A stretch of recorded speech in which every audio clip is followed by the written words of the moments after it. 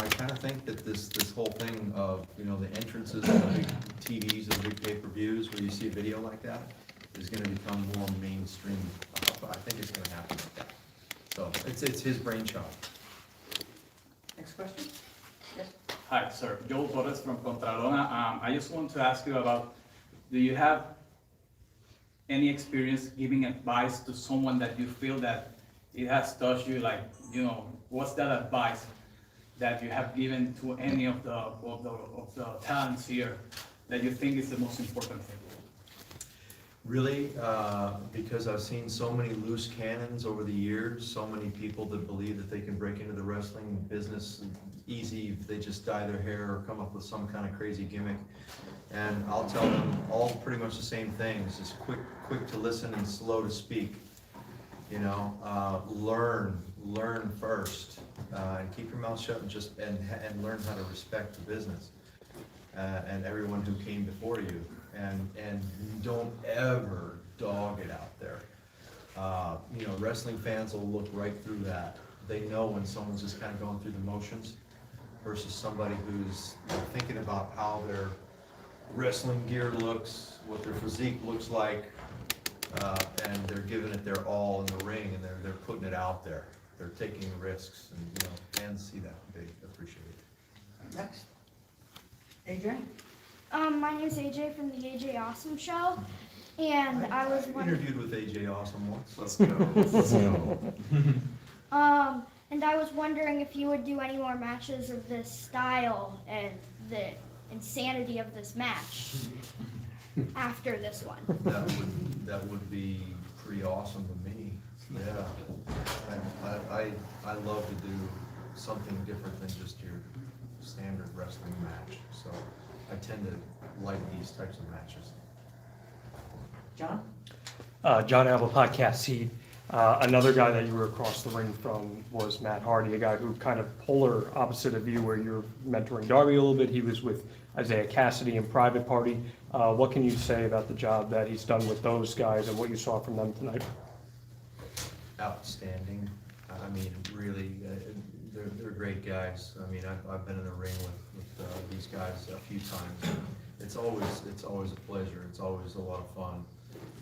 These guys really care, and talk about two guys that really have respect for the business. They do.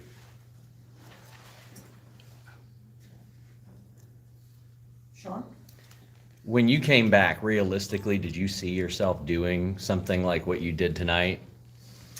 No, I'll just be straight up with everybody. I talked to Tony and I said, I'm not sure really what I have to offer, and because I'm not going to have these long 20, 30-minute matches against these young guys. So, what do you have in mind? And he said, how about cinematic matches? Would you be interested in those? And I said, yeah, I think I could do that, And we got halfway through the filming of that one, and Cody Rhodes, followed by Tony, they're like, oh, your kinetic energy is still really amazing. You can still go. You could have a real match, That's where it all started. As a matter of fact, Cody, he texted me today. He says game day. I said it started with kinetic energy comments. So, but no, I didn't think I'd be in here doing this. But I'm having so much fun. I feel like I'm in good hands, and it's great being with Darby. Let me tell you. Yes. Najir, Big O Belt Media. What's your recovery routine? Advil. Ice. Yeah, I mean, I have to train and do everything completely different than I did, and it takes me a lot longer to recover after these matches. Thank you. Standing up. Yeah.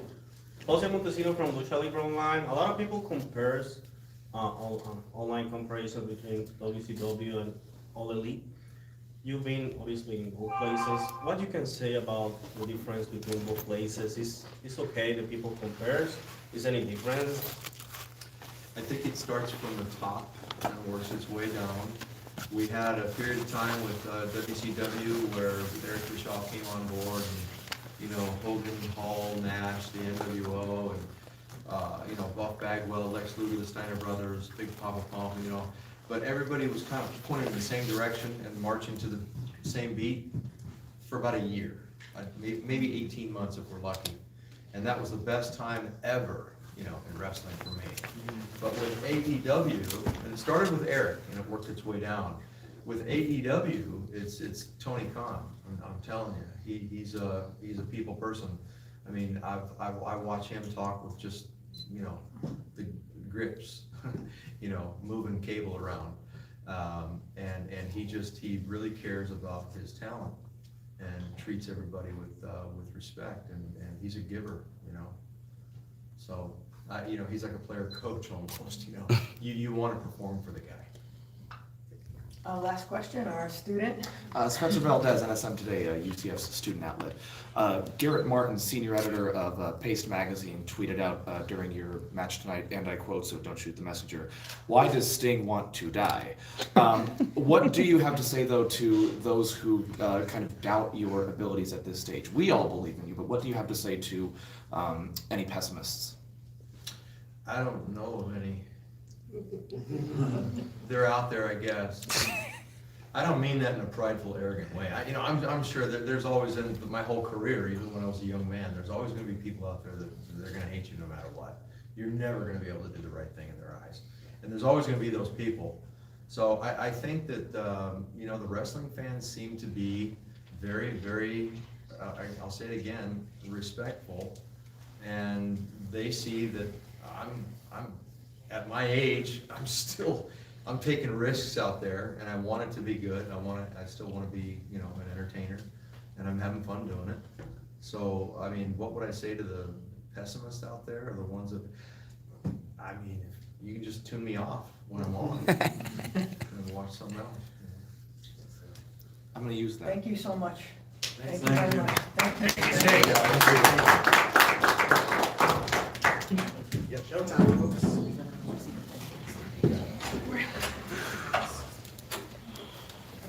Robert, can I still your hair? Yeah, of course. Whew, that was Sting. No worries. This is why I work out. That's okay. No, I won't fit across. You might have to go.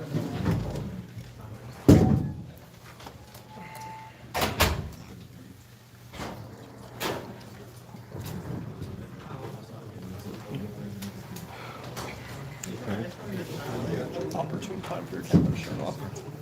Right. Piss me off.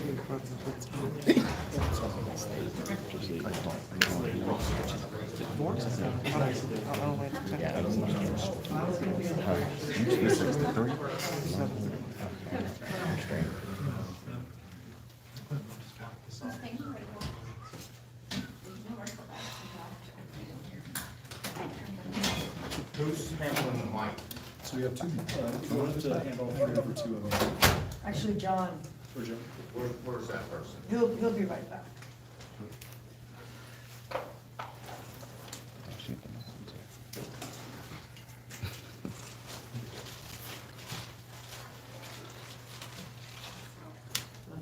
So it sounds like anybody that's gonna have a question, we gotta hand you a mic, and you have to ask the question in the mic. So when you raise your hand, someone will rush a mic to you. Oh, awesome. Let's go. Okay, guys. Hey guys, good friends here. You guys want to take a shot at the tag team champions quickly? What's up, guys? What's up? Here they are together.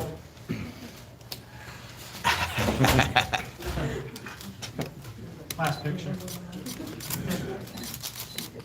All right, so Jack's gonna stick around. What's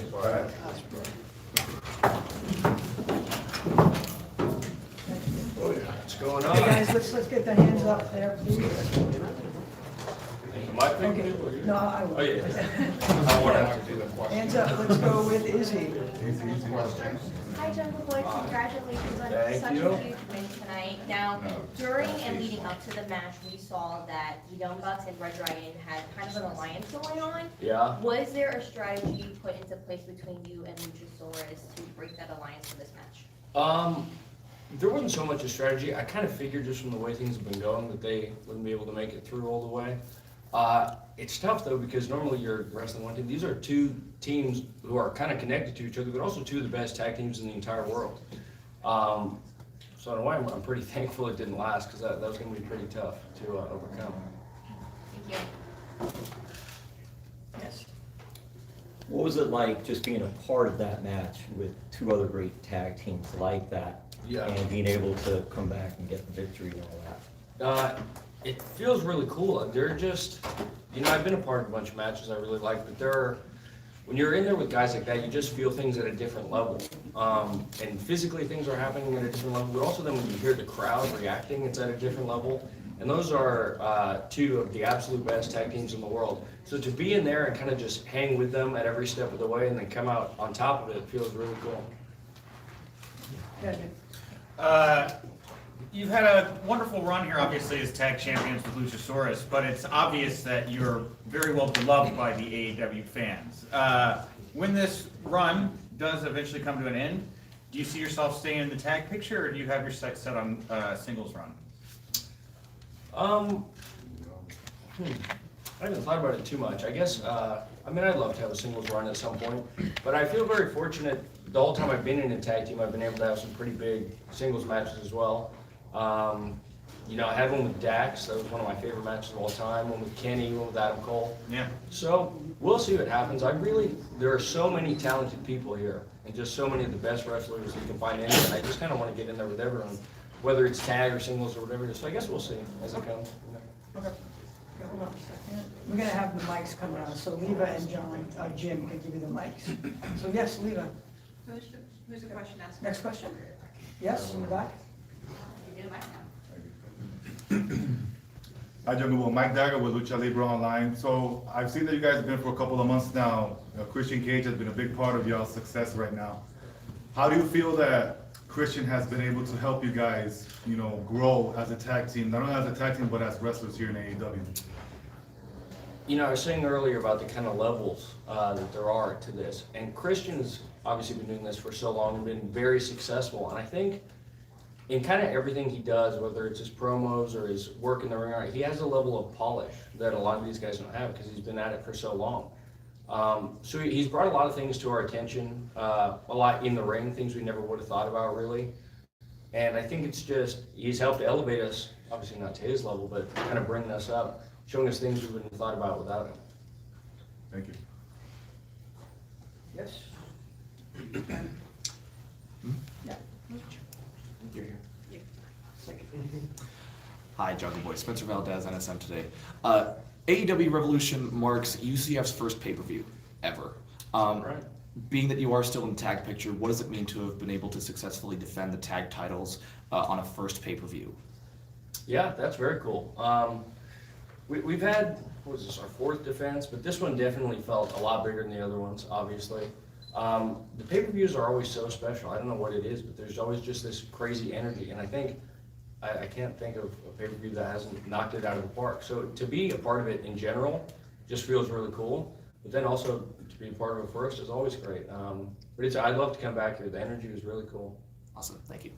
Over here, please. Jungle Boy, so my question for you is, right now Tony Khan is bringing in a lot of new talent into AEW, a lot of young and hungry talent. You're seen as somebody that is supposed to be the future of AEW. So I gotta ask you, does that add any pressure? How does that motivate you as somebody who's, fighting for their spot?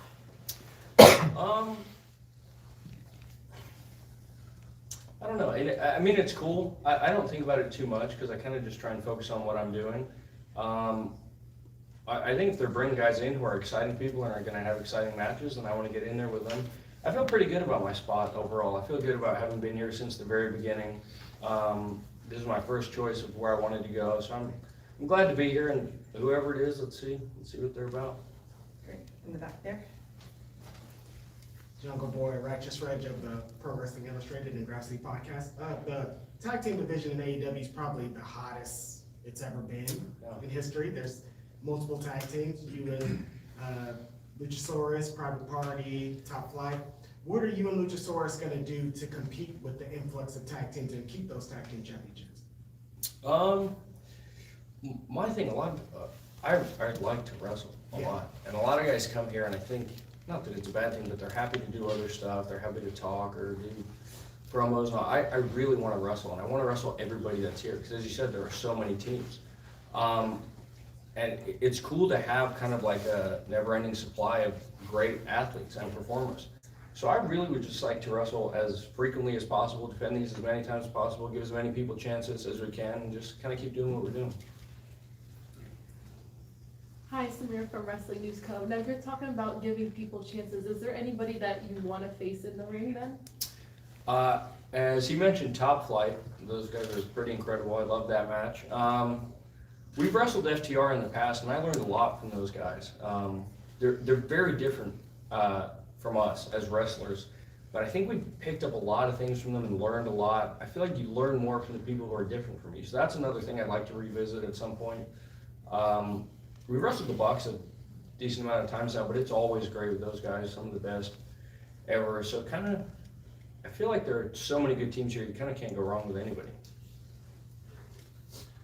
Hello, AJ from the AJ Awesome Show here, and there are some people that doubt you and your ability as the AEW Tag Team Champion. What can you say to those people? Really all I can say is you gotta watch. I found there are people who will kind of try and talk negatively no matter what you do, and some people are never gonna be happy with it, and it kind of is what it is, but I really enjoy what we're doing, and I feel like when I listen to what's going on out there, the rest of the people really enjoy it. So I try not to worry about it too much and just, watch and see what we're doing. Jack, John Aldo from Podcast Heat. This tag division is so stacked, and we've seen on the timeline of this company just every single time the tag division elevates to others. So when you're in a situation like this where you have two other teams in there, how do you bring new ideas to the table for putting together matches like this? It's the third team is very interesting because it really changes a lot of the dynamics of what everything is. I feel like in a lot of tag matches, they're not the exact same, but there are structures and things that are very similar throughout them all. It kind of all goes out the window with this. And especially with a team that has there's a lot there. It's not just like three random teams. There's a lot to dig into kind of with their emotional story and all that. It was challenging, it was very challenging, but I think it was worth the time that it took us to really put into this thing. Sean Ross Sapp of Fightful, Tony Khan announced that he had purchased Ring of Honor this week. Yeah. What were your immediate reactions to that? I mean, you were coming up in wrestling at a time when Ring of Honor was really, really prominent. Yeah. It's exciting. There's crazy stuff happening now in wrestling that I think a couple of years ago you would never have imagined. So I think it's really cool. I think it's just going to provide new opportunities for people who maybe don't work here now and some people who do work here now. I guess I'm just excited kind of with everyone else to see what exactly that means.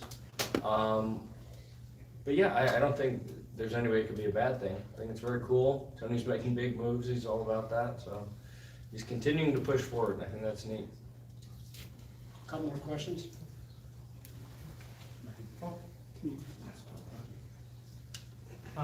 Scott Fishman for TV Insider. I'm just curious, how do you feel that you've grown as a performer in the last couple of years? Not only just because you have the in-ring ability down and you seem to be growing it that way, but also as a kind of a character, you would say, building that side of yourself. I think the main thing is I feel a lot more comfortable in the ring, just around here and other aspects of it than I did when I first got here. It's weird because obviously with the way things went, we went for a little bit and then we went for a year plus with nobody in the building. And that was really me kind of cutting my teeth in TV wrestling. I had more matches I feel like in front of nobody than I've had in front of full arenas. But I feel like during that time I got to grow a lot and work with new people like Christian and FTR and all these guys. So I feel good in there now. I get nervous every single time. I'm really bad about it. I'll be throwing up in trash cans and all that. But when I'm out there, it just feels great. It's the best thing in the world. So yeah, I'd like to keep improving, keep getting better at the things I'm not good at, and we'll see where it goes. One more. Jack, AEW just announced that they are going to have shows in California. As a California person, Finally, dude. How does it feel? It feels great. To be there. It was a year plus. We'd have to fly to Jacksonville, Florida, which is like, it's rough. Yeah. There are no direct flights. You have to connect. I feel like being on that plane that long has done more damage to my body than any of this wrestling is ever gonna do. So I'm very excited to be able to drive wherever we're going. And also, there's a huge wrestling fan base out there that. We've been waiting for you. I've been waiting. It's, the first Double or Nothing out there was crazy, but I'm very excited to get back there. Yeah, I think it's gonna be really cool, and I hope it can be more regular than what it's been. It's not another 3 years. It'll be cool. Thanks, everyone. Thanks for Thanks, guys. Thank you. Thank you.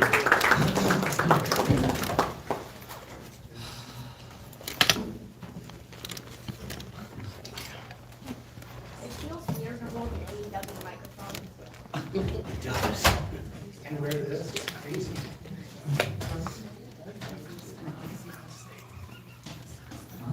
You're from St. Louis, right? Thank you. Make sure batteries have 3 years. Thank you so much.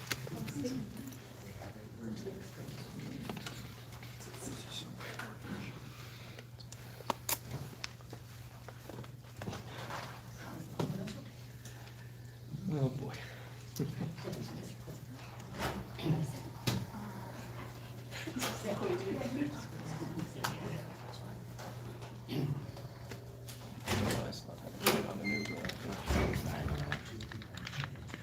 Yeah, I got it. I'm gonna go ahead and give this.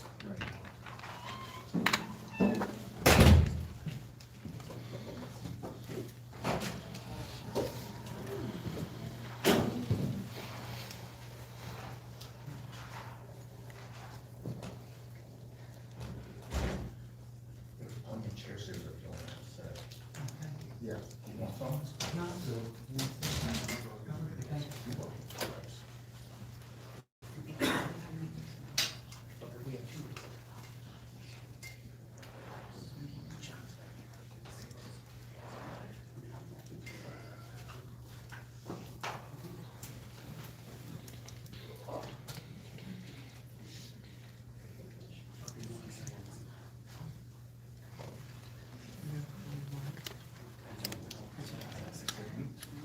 No way.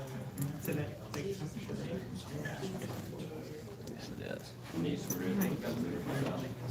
Yeah, I was. I switched my flight to tomorrow for 9 a.m. God, it was like the last spot on the plane too, so I was like, oh my god. Everybody's been reading this flight Yeah. information on the stream. Now everyone knows. Hey everyone, Denise flies out tomorrow morning. Go meet her at the airport and say hi. Around 16 hours to get here. I drove 6 minutes to get here. Lucky. I drove 20. Let's go. Let's go. Let's go.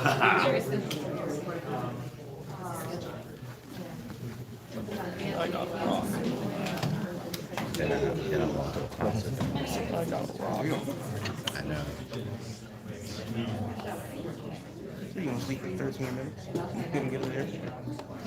I just can't help but say that Bob O'Neill's the worst. I actually have no clue, but Oh, I'm sorry. there will be a melatonin shower in the middle of the day tomorrow. Personally, I say fuck Bob O'Neill. I say that all the time. I mean,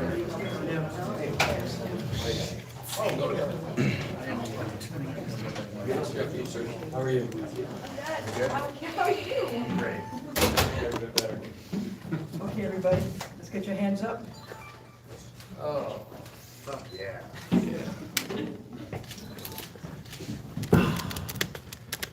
Izzy, Okay. Hi. How are you? ladies first. We should start with Izzy, then hold on for the mic. I'm sorry.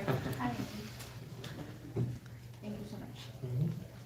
How are you, first off? I'm great. That's glad to hear.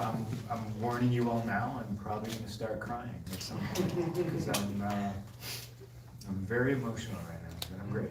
I feel you. Well, congratulations on your huge win tonight. Before AEW Revolution, we saw you in 2 pay-per-view matches that were absolutely brutal. Those type of matches take years off of people inside the ring. How many more of those type of matches do you have in you? Hopefully none, honestly. They're hard.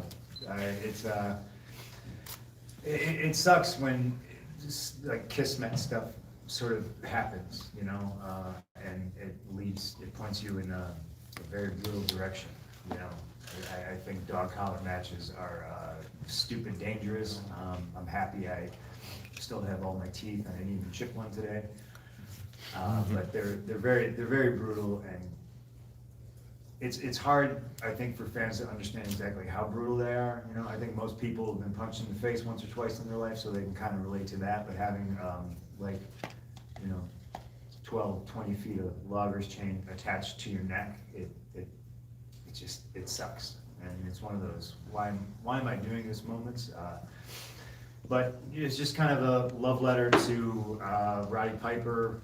I mean, my career, I had a couple of good dog collar matches with some good people, and it just kind of made sense to, you know, to tell that story. In the back there, please. Oh, Righteous Reg of Pro Wrestling Illustrated and Grab Seat Podcast. Great match. Seems like you were having a lot of fun, even though it was super brutal, which is fun. Everybody got a little fake out with MJF and the cult of personality, but you pivoted and brought back the AFI thing. How important was it to kind of pay tribute to yourself with the gear and the theme and everything? I mean, it's pretty important, you know.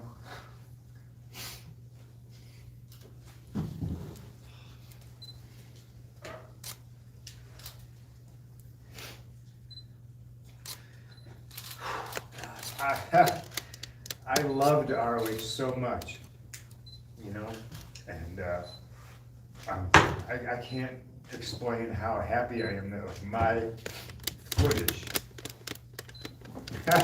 it's in good hands, you know. It's just good to know that it's in the hands of somebody who treat it well. I literally feel like my baby is in somebody's hands that I know will raise the child the right way and do good things with it. And you know, it won't get made into just some tab on a shitty, confusing app that's hard to navigate. And the boys don't get paid anything off it, you know what I mean? So it's just, it was, you know, it's very good. But to kind of pay homage to, you know, myself and stuff like that, listen, I didn't get to do this for 7 years. This didn't exist for 7 years for me. And, you know, obviously the truth is that I love professional wrestling very much. So, you know, to come back and to be able to, for 6 months, you know, it's not just do whatever the fuck you want. It's doing whatever the fuck you want and being cocky enough to know that your way is not the right way. There's never only one right way, but it's fucking good. Yes. And to have somebody that listens to you, and to have somebody that can take an idea and make it even better, and just to have an open dialogue, not just with him, but with other people in the locker room. And it's great that you don't have to beat your head against the wall and explain, you know, like why your ideas are shitty and why I don't care who you think you are, that you don't know what you're doing. And it's nice. It's everything's just so great. I don't even know if I answered your question. You did. Thank you. In the back, please. Brian Rose, ESPN West Palm. You were away from wrestling for a while. How special is it to have these positive feelings about pro wrestling again? I'm sick of crying. Today's been brutal crying. First time I cried today is when they showed me my ring jacket.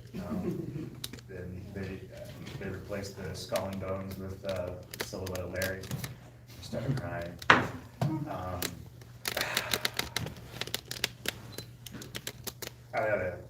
After my match, somebody came up to me. I don't need to say who, and they were just like, "You're gonna hate me for saying this, but I do this because of you." You know, I saw Straight Edge Society, and I was blown away. And I went to WrestleMania to watch you and Rey Mysterio, and I got into wrestling because of you. I didn't know that this particular individual got into wrestling or anything because of me, so it's just, man, I'll put it to you like this.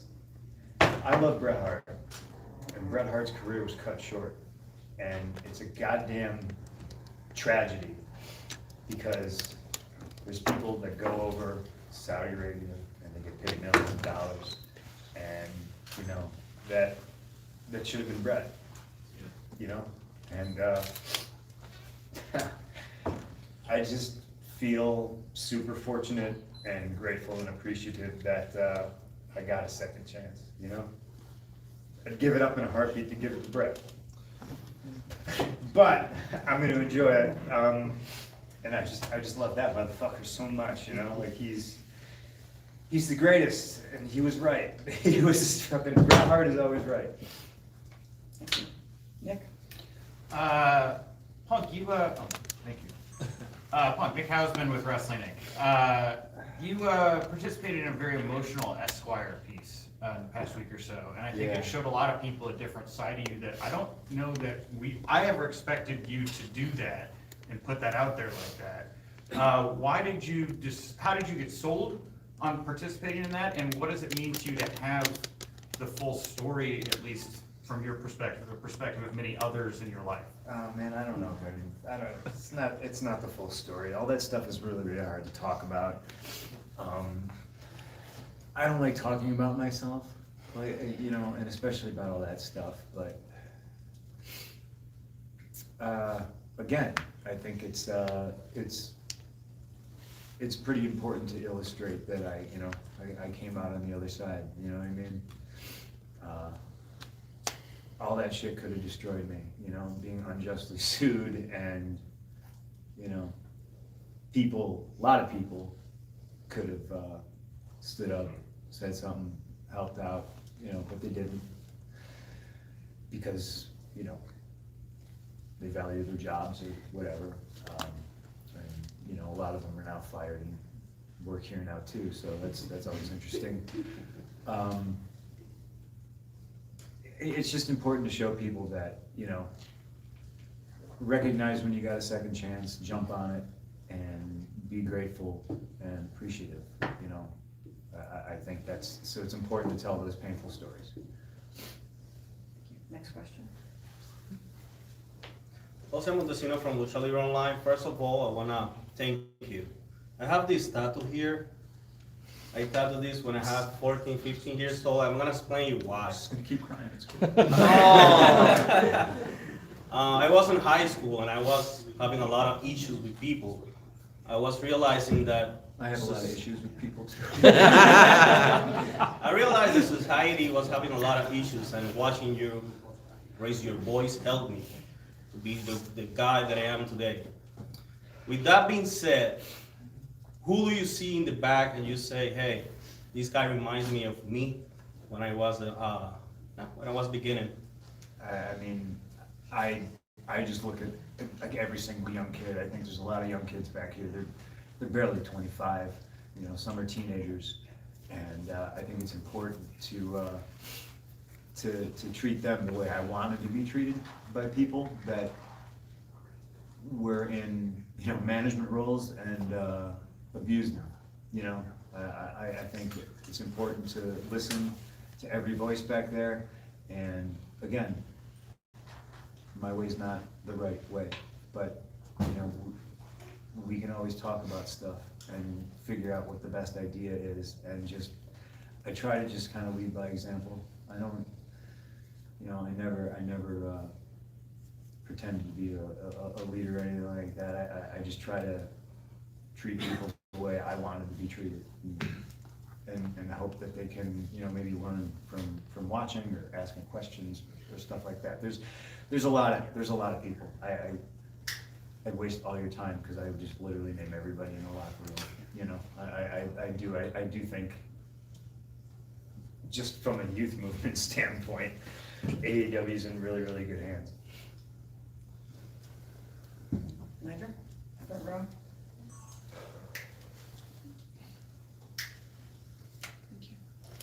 Thank you, Najir, Big O Belt Media. I know you're having a lot of fun in the wrestling ring right now. Any chance we see you back on the big screen in any capacity? Big screen or little screen? Yeah, I'm actually way too busy right now. I don't know how much I can talk about. So just know that I have too many jobs. And the answer to your question is yes, 100%. All right. Absolutely. Big and little screen. Okay, one more question for Punk. Hold on for the microphone. For you? We just do it right here. Yep, just, there you go. Bringing it back, Punk, it's Jay Reddick with the Orlando Sentinel. Bringing it back to the night for just a second, talk to me about where the idea to tell this story through a dog collar match and some of the historical callbacks you guys had, where did that come from? I think a lot of it can maybe be a happy accident, but if we're gonna, God, I still feel weird about, whatever. Obviously, I love Roddy Piper. I don't think it's a secret that MJF loves Roddy Piper.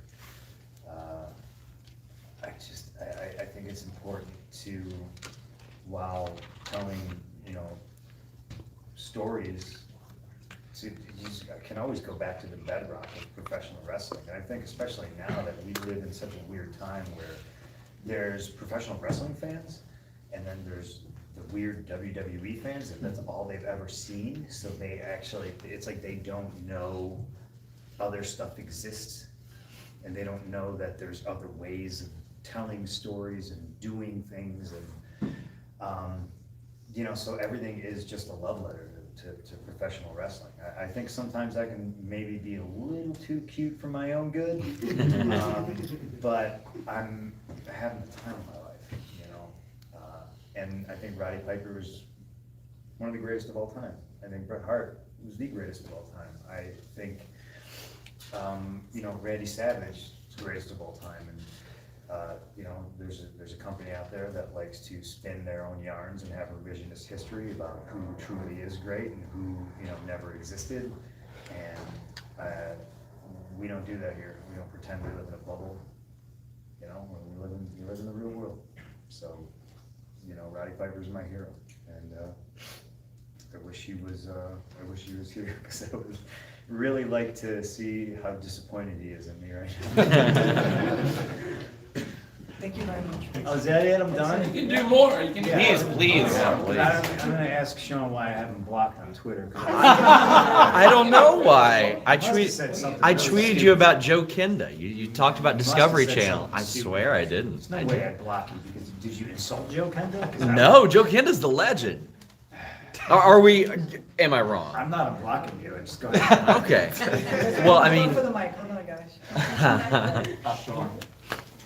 Go ahead, John.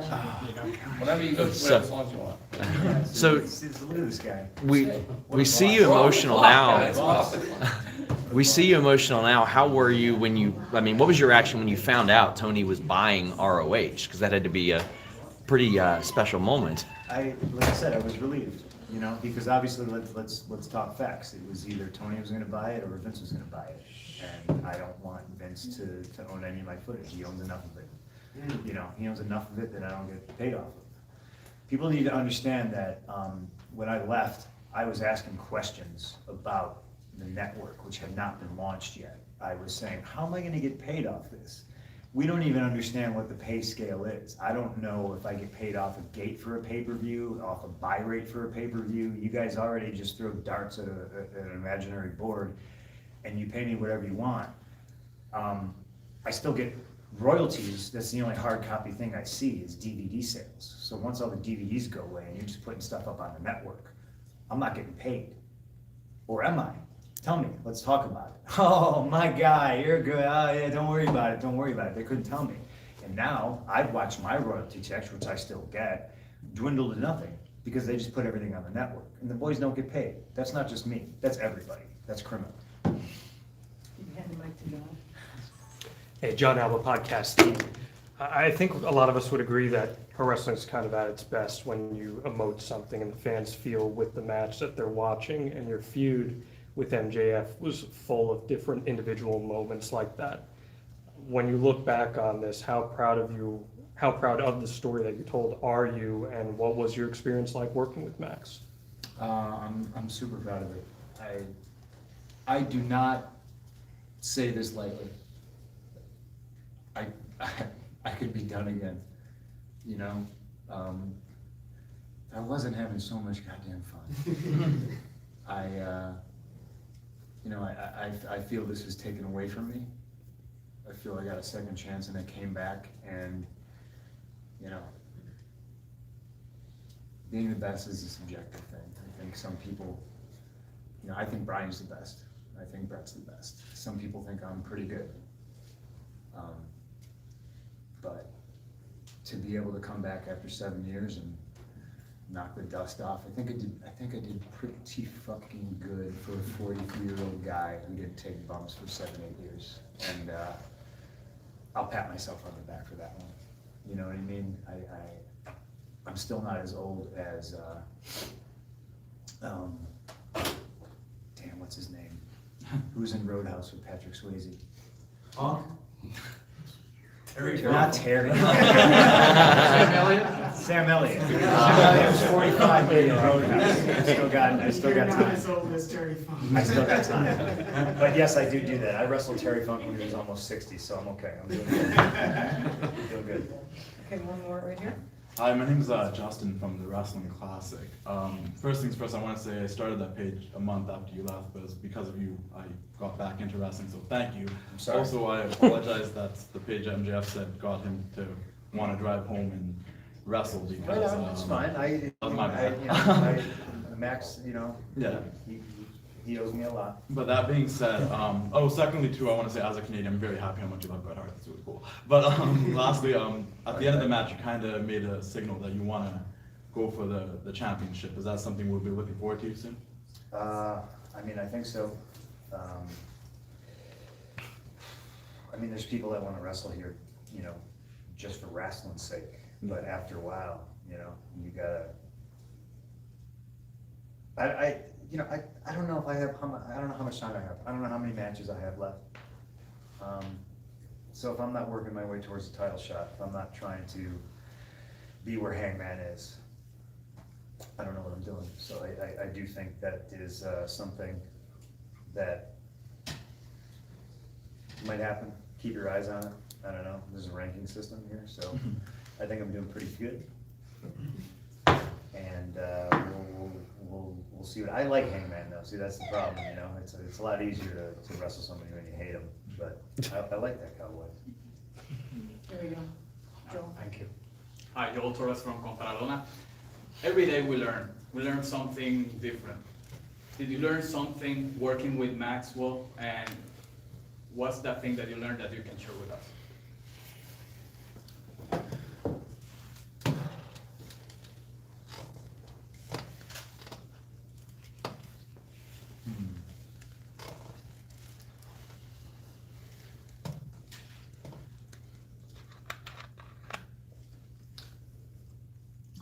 I learned that there's hope,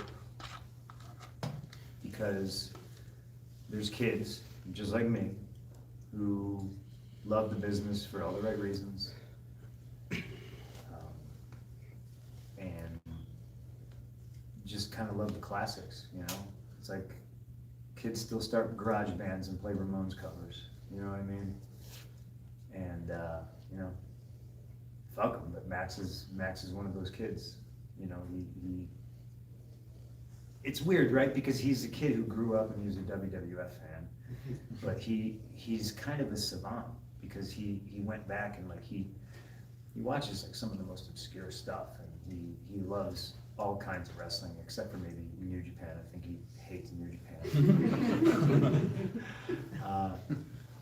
But just, you know, knowing that there's kids like that put in the work, that study the history, and you know, they get it, and they're respectful, and just, there's hope, you know. Thank you. Last question with AJ. Once again, great match tonight. And how was your time training with Harley Race? Research done. There's hope for the generation. I thankfully, I never actually trained with Harley. He would just book me on his shows, and he would throw up in my car, and I would ride on his boat, and the most horrible thing that would happen is he would just drive the boat, and every time he said, beer, I had to hand him a beer, and I was always like, maybe you shouldn't be driving the boat or anything. But just being in his house, it's weird, right? Do you ever get hit with a stun gun? No? I don't recommend it. Shut your whole body off. I thought I pissed myself, but he hit me in the butt with it, and it's not fun. But that's kind of cool, right? You know, does Harley Race like me enough to zap me with a stun gun? You know, I think that's pretty neat. But I did learn a lot from him. He refereed a bunch of my matches. There was one particular match, I think, every time I got taken over in a headlock takeover, he would bend down and he would check on me. He'd be like, "What do you say?" And he would stick both his fingers up my nostrils, and it was awful because he has gigantic hands. And he would just jam his middle finger and his pointer finger like in my nose, and it sucked. But I, you know, just being around him, I learned a ton from him. He was a pretty hard trainer, so thankfully I never had to roll around and take bumps. But just being on his shows, he was the, and this is peeling back the curtain. I'm not supposed to say words like this, but he's the guy who taught me how to make a blade. And I think he would be pretty goddamn proud of me right now. This poor guy looks so worried. Just get him out of the way. Yeah, you got it. Thanks. Laser is hot as fucking here. Poor guy. Last question. Thank you so much, Punk. Spencer Valdez, NSM Today at UCF. You've previously gone on record mentioning professional wrestling as one of the great original American art forms along with comic books and jazz music. And I noted during your match, and as well as Danielson versus Moxley tonight, that there is something delightful akin to jazz music in watching two competitors figure it out in the ring with their psychology. What are some correlations that you can make between professional wrestling and jazz? Well, you know, my deep jazz background. I could have said comic books, and I could have spun that yarn. Comics works too. I mean, good and evil. You know, bad guys versus good guys. Comic books is pro wrestling. You know, larger than life characters, but also characters people can identify with. You know, some people love the Incredible Hulk. Nobody here knows anybody that's the Incredible Hulk, but everybody here knows somebody who's Peter Parker. Everyday kid, got a big secret, you know, great power comes great responsibility. Just, you know, stuff like that. I think a lot of the times we are larger than life characters, but then you get a guy like me who's, you know, pretty much not, you know. There was a quote in the Esquire piece from me. I think it was from a young lady named Lindsay Kelk, and she said that you know, you knew when the Undertaker was done, he was changing out of his gear and he was getting in a car and he was driving home or whatever, and you can't really picture that guy in the top hat, you know, driving a car or whatever. But CM Punk was, you know, I'm one of you, and when I win, you win. Because chances are you know a dude like me. I wear fucking sneakers for too long until, you know, my back starts to hurt because I've worn out the soles, and I have one pair of jeans, and I wear a hoodie, and I love my dog and my wife, you know what I mean? And I wear my heart on my sleeve, and honest to a fault. And so I think a lot of times kids can watch that and see that, and it's just like sometimes picking up a comic book and reading a comic book and seeing a kid like Peter Parker who's just like, he goes to high school, he lives with his Aunt May, you know, just stuff that can humanize people.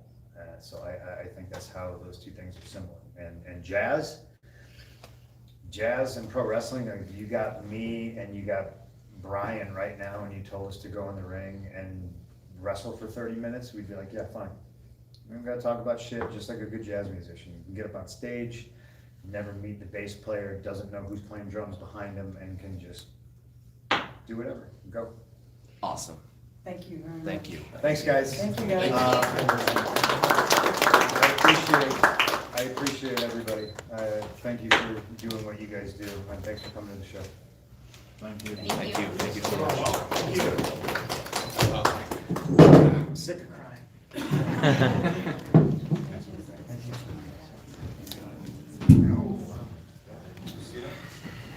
Have that removed. And my dad works at Harley Race's place, so I was able to see his picture up on the wall. That's awesome. Yeah, that was a great question, AJ. Much like your namesake.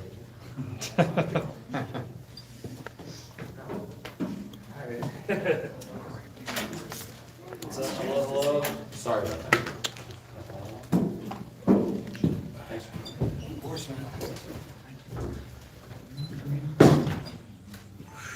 Hey, guys. Okay, Izzy, why don't you start us off?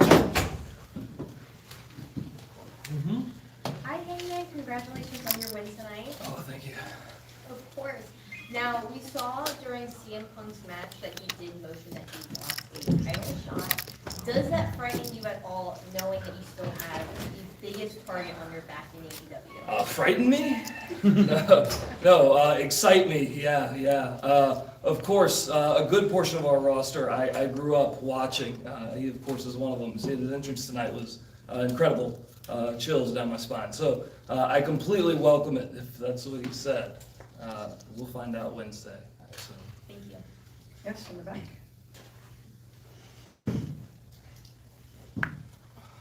Hello, Hangman, great match. Hi, thank you. Pro Wrestling Illustrated and Wrestling Podcast. Insane show we had tonight. Shout out to Tony Khan. How do you, as the champion and the main eventer, stay focused when there's so many amazing things going on before your match? How do you just say, I'm gonna not ignore everything that they did and do the best that I can to have the best match of the night? It's tough because tonight was a hell of a show. I mean, there was everything. You saw everything before I ever got out there, and I saw it too because I watched the entire show. It's difficult, and especially these days, having a child at home, I feel very scatterbrained all the time. So maybe that's a good thing today because I wasn't able to take everything in and let it start to worry me, but I just get so damn excited to do this. So I think watching anyone else do it doesn't bother me at all, you know. Next question in the back, ESPN. Brian Roach, ESPN West Palm. You and Adam Cole, long storytelling. You guys had a little bit of a break with him working elsewhere. What was it like being in the ring with him again? Oddly familiar, knowing that I haven't seen him since, 2017 maybe, in the ring. Very familiar. We have familiar or similar movesets to a degree. And it was, I don't know, man, it was kind of refreshing because, man, when he left Ring of Honor, he was the man, you know what I mean? Like, he was the man. And I was just a kid trying to figure it out. And to get to be across the ring from him today and be able to hang and then beat his ass felt very good, very validating, you know. One of the few times recently I felt really good about myself.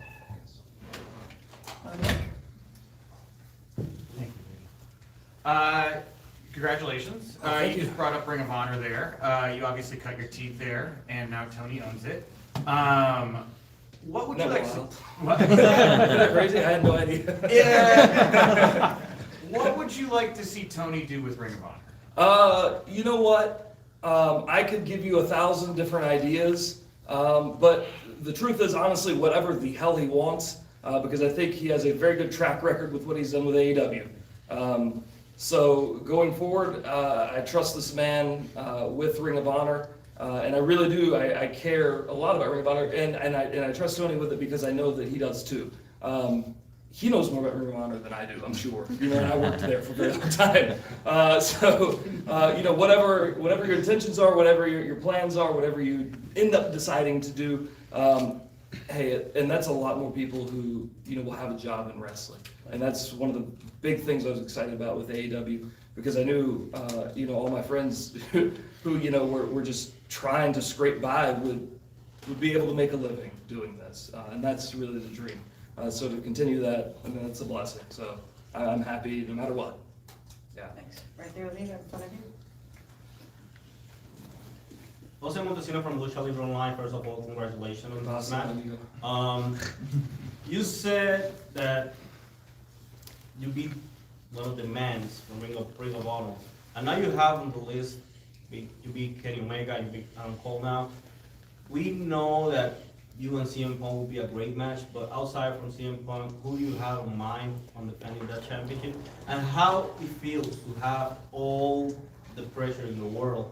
Because to be honest, right now, All Elite is one of the hottest companies, so how do you feel to have that pressure, to be the guy, the face of it? Honestly, it's tough. I'll be honest with you, because I watched today's show. I saw everything on the show, and it's tough to know that you have to follow every single bit of that. But I trust, I trust myself. I trust our fans to be there. And when the bell rang and people are chanting, "Let's go Adam," I don't know if they meant me or him, but it's a good feeling either way because they cared. So that pressure is tough, and I think it's made me, I don't know, maybe a better person in some ways, maybe a worse one, I don't know, and maybe I'll figure that out one day. But I welcome it, I thrive in it, yeah. Scott? Scott Fishman, TV Insider. You mentioned, having a child at home. How would you say that kind of has impacted the way you look at wrestling now? You wrestle a very physical style right now. You're on the road now, so now you have someone at home that, you have to think about. So how does that kind of change things? It's tough, I miss it. This is the longest look we've done in a while. Because, usually it's I'll leave home on Tuesday night and get home Thursday morning first thing, so it's not as bad. This has been a while. It's tough, truthfully. Someone asked me before if maybe, does it change my in-ring style? Do I want to be a little safer? And honestly, I think the answer is no, maybe the opposite. I'm even more reckless because I have this and I have to retain this. I have to keep this. This is what puts food on his table. So I think it's just one more piece that adds to all that pressure. But again, I welcome that. Here we go. Hi, congratulations on your win tonight. I'm Samir from Wrestling News Co. Could we see you possibly work with ROH in some way?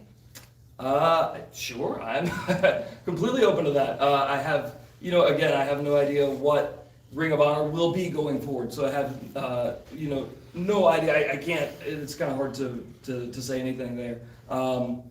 But I certainly wouldn't mind showing up again, yeah.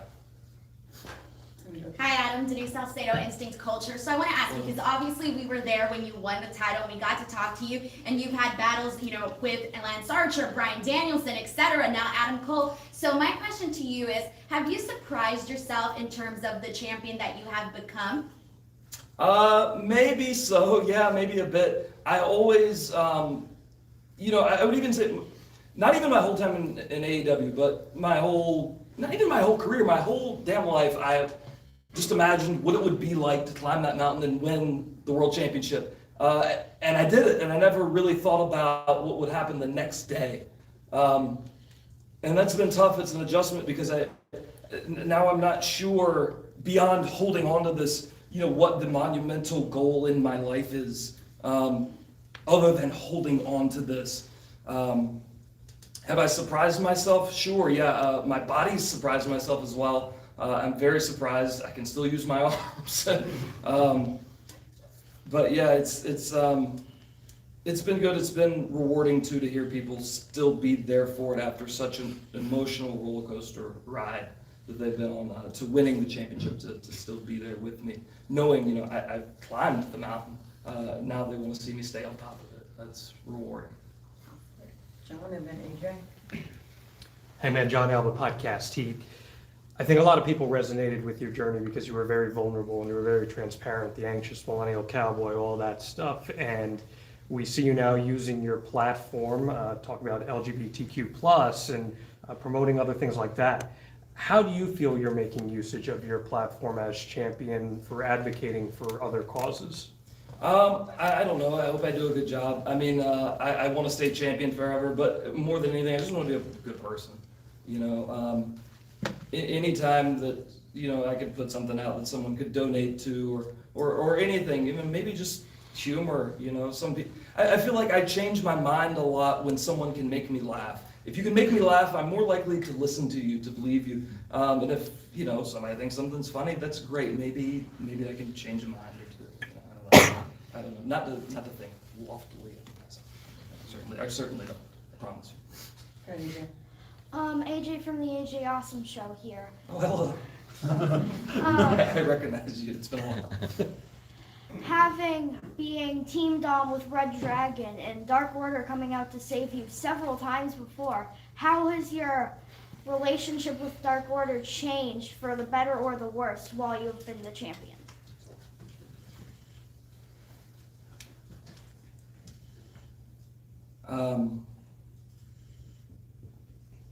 It's tough. I don't know. I probably need to talk to them after tonight. I definitely do. I don't want to say anything negative about those guys.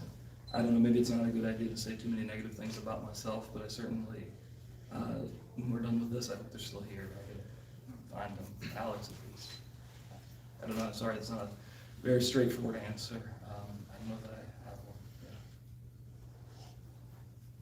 Okay, so 2 more questions, Sean, and then we'll end it with UCF. Sean on staff of Fightful. You had a win tonight. You had a pretty savage beating of Kane on Twitter last week. My question is, had you watched that video prior, or did you search that video to post it? I think I searched it verbatim and it was a real thing. Yeah. YouTube has everything. Right, yeah, of course. I probably just typed in cane chairs or something, you know, first thing that showed up. Some of those were very brutal, Jesus Christ. I'm glad we don't do that too much anymore. Yeah, thank God for that. Okay, last question, Spencer. Thank you. Hangman, Spencer Valdez, NSM Today with UCF. The last time we saw UCF see AEW was Dynamite in October. It's since been 5 months. It's a relatively short time frame, but knowing the way things move in professional wrestling, where do you hope to be in your career by the time AEW makes its way back to UCF again? And I hope there isn't again. I hope there is too, and judging by tonight, there probably will be. I hope to still be holding this. I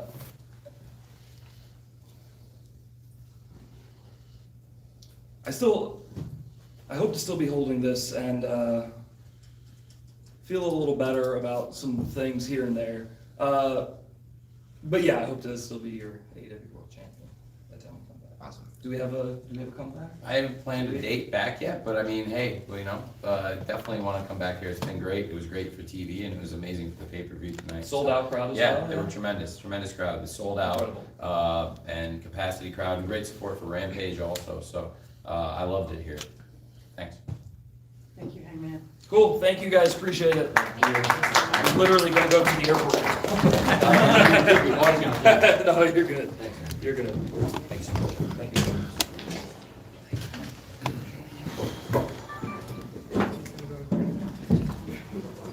Okay, guys, let's hold on to the microphone. Leave over here. Let's start with Nick.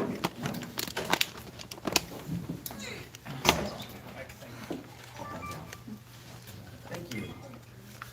All right, Tony, congratulations, you won Ring of Honor. A lot of questions. 2-part. 1, what are you gonna do? And 2, was Sinclair Broadcasting Distribution intertwined with the deal? Well, I think it's a big question. What are you gonna do is a very big question. I think that's broad, and I don't think I can do it justice here with a lot of people wanting to ask questions, but I do have a lot of plans. I was very excited about reaching an agreement. I'm still planning to make more announcements. I think I'm still in a very preliminary phase, and obviously it's been a very busy time with AEW and Revolution and all the things going on. So I'll have a lot more to say about it. What am I going to do? I think there's a lot of things we still need to figure out. The distribution is a great question, what we're gonna do going forward. I think it assumes that we're gonna do something going forward. And yeah, I do still want to continue the operations going forward, and I am very excited about it and do have a lot of plans for it. So there will, I do expect to continue the wrestling operations, and it's also a very valuable library that we acquired. So distribution, I can't say anything yet about what it will be and how it's going to live and exist, but I'm very excited about not just the library and past content, but the opportunities to create more content. And also, obviously, there are many other revenue streams, merchandising, that we'll be able to generate, but it creates a lot of opportunities for us. And it's great. I think for AEW, strategically, it's very good that I also now am going to be owning Ring of Honor. And as for what I'm going to be doing with it, let's come back to that. Let me talk about Revolution. I'm really excited about Revolution, and I'll come back. I'll talk more Ring of Honor. But Niger? Well, my question was going to be Ring of Honor-ish, but it's okay. Well, do you want to come back to it? Let me talk about some Revolution. I'll come back. Yeah, I'll come back to it. Thanks. Okay, let's go. Who's got a Revolution Let's go with question? Scott Fishman. Oh, thanks. Myself and a lot of people were excited to see William Regal tonight. What can you tell us about how that deal came together, what it was like having him, and what his future with AEW is? Well, I was very surprised to see he had been released and he was going to be available. I have tons of respect for his mind, and I think he's going to be a very valuable person here in AEW. Obviously, I think people who followed his career closely know that he has a very long established connection with Bryan Danielson and was instrumental in shaping the pro wrestler that Bryan Danielson has become, who I think is not just, he is one of the greatest pro wrestlers today, and I think he's also one of the greatest pro wrestlers of all time. I really do. And I think Lord Regal had a big contribution to that. So I think when he was released, I was first of all very surprised, but also eager to bring him here. I think he can contribute on screen in a major way to both Bryan Danielson, and also he has a history with Jon Moxley. And I think some of the last matches we saw Lord Regal wrestle were against Jon Moxley, and they had a great rivalry also. So he's very familiar with both men. They both have a lot of respect for him, and I think we saw that after the violence and the way they bled together tonight, they've built a lot of mutual respect now with each other. So I think that's very exciting. And also behind the scenes, I'm really excited to have him here. I think Lord Regal can teach all of us, everyone here, a lot, and it's going to be great having him here. And I'm very excited, like I said, on screen and off screen.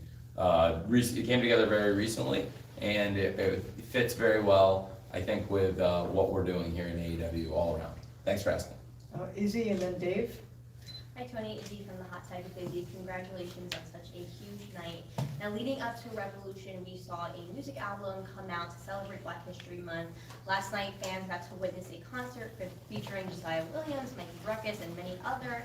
The music industry and pro wrestling kind of go hand in hand. So can AEW fans expect more of a crossover between music and AEW in the near future? Yes, absolutely. I think that project was one of the most exciting things we've done in terms of music.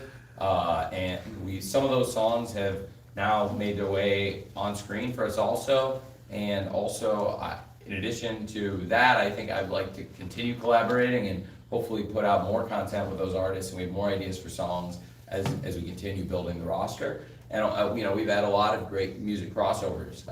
Something which might surprise a lot of people, Adam Cole's theme was the number one rock theme. Oh, I'm sorry, the number one rock song on iTunes at one point, and also the number one metal song a few times, like on and off, and is consistently charted. So we've done a lot of great things. I think Mikey Ruckus has done an awesome job, and all the people who contributed in the room, including people in the room. Thanks, Will. Yes, me too. I was there. Oh, thank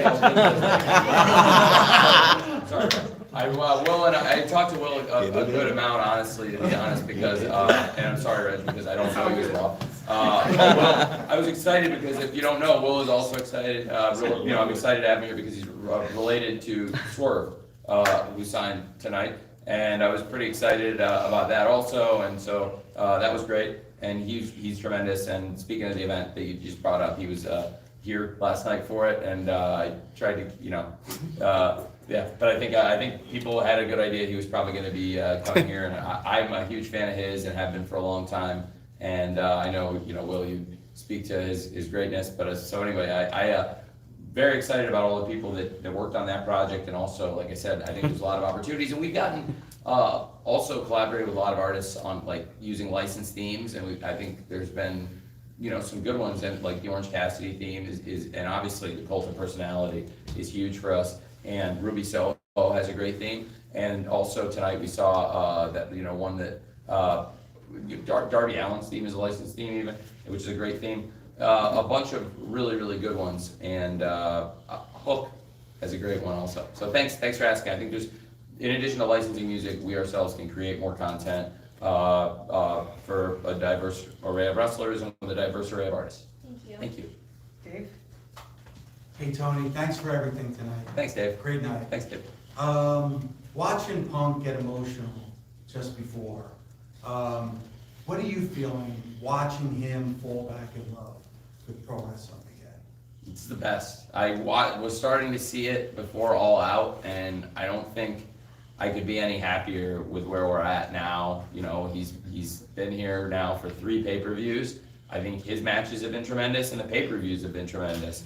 I think this will be another great buy rate for us, and I expect the biggest revolution yet, quite possibly, and this to be another great event. And since he's been here, we have done our last 2 events are the 2 biggest pay-per-views we've ever done, so he's like really helped the business.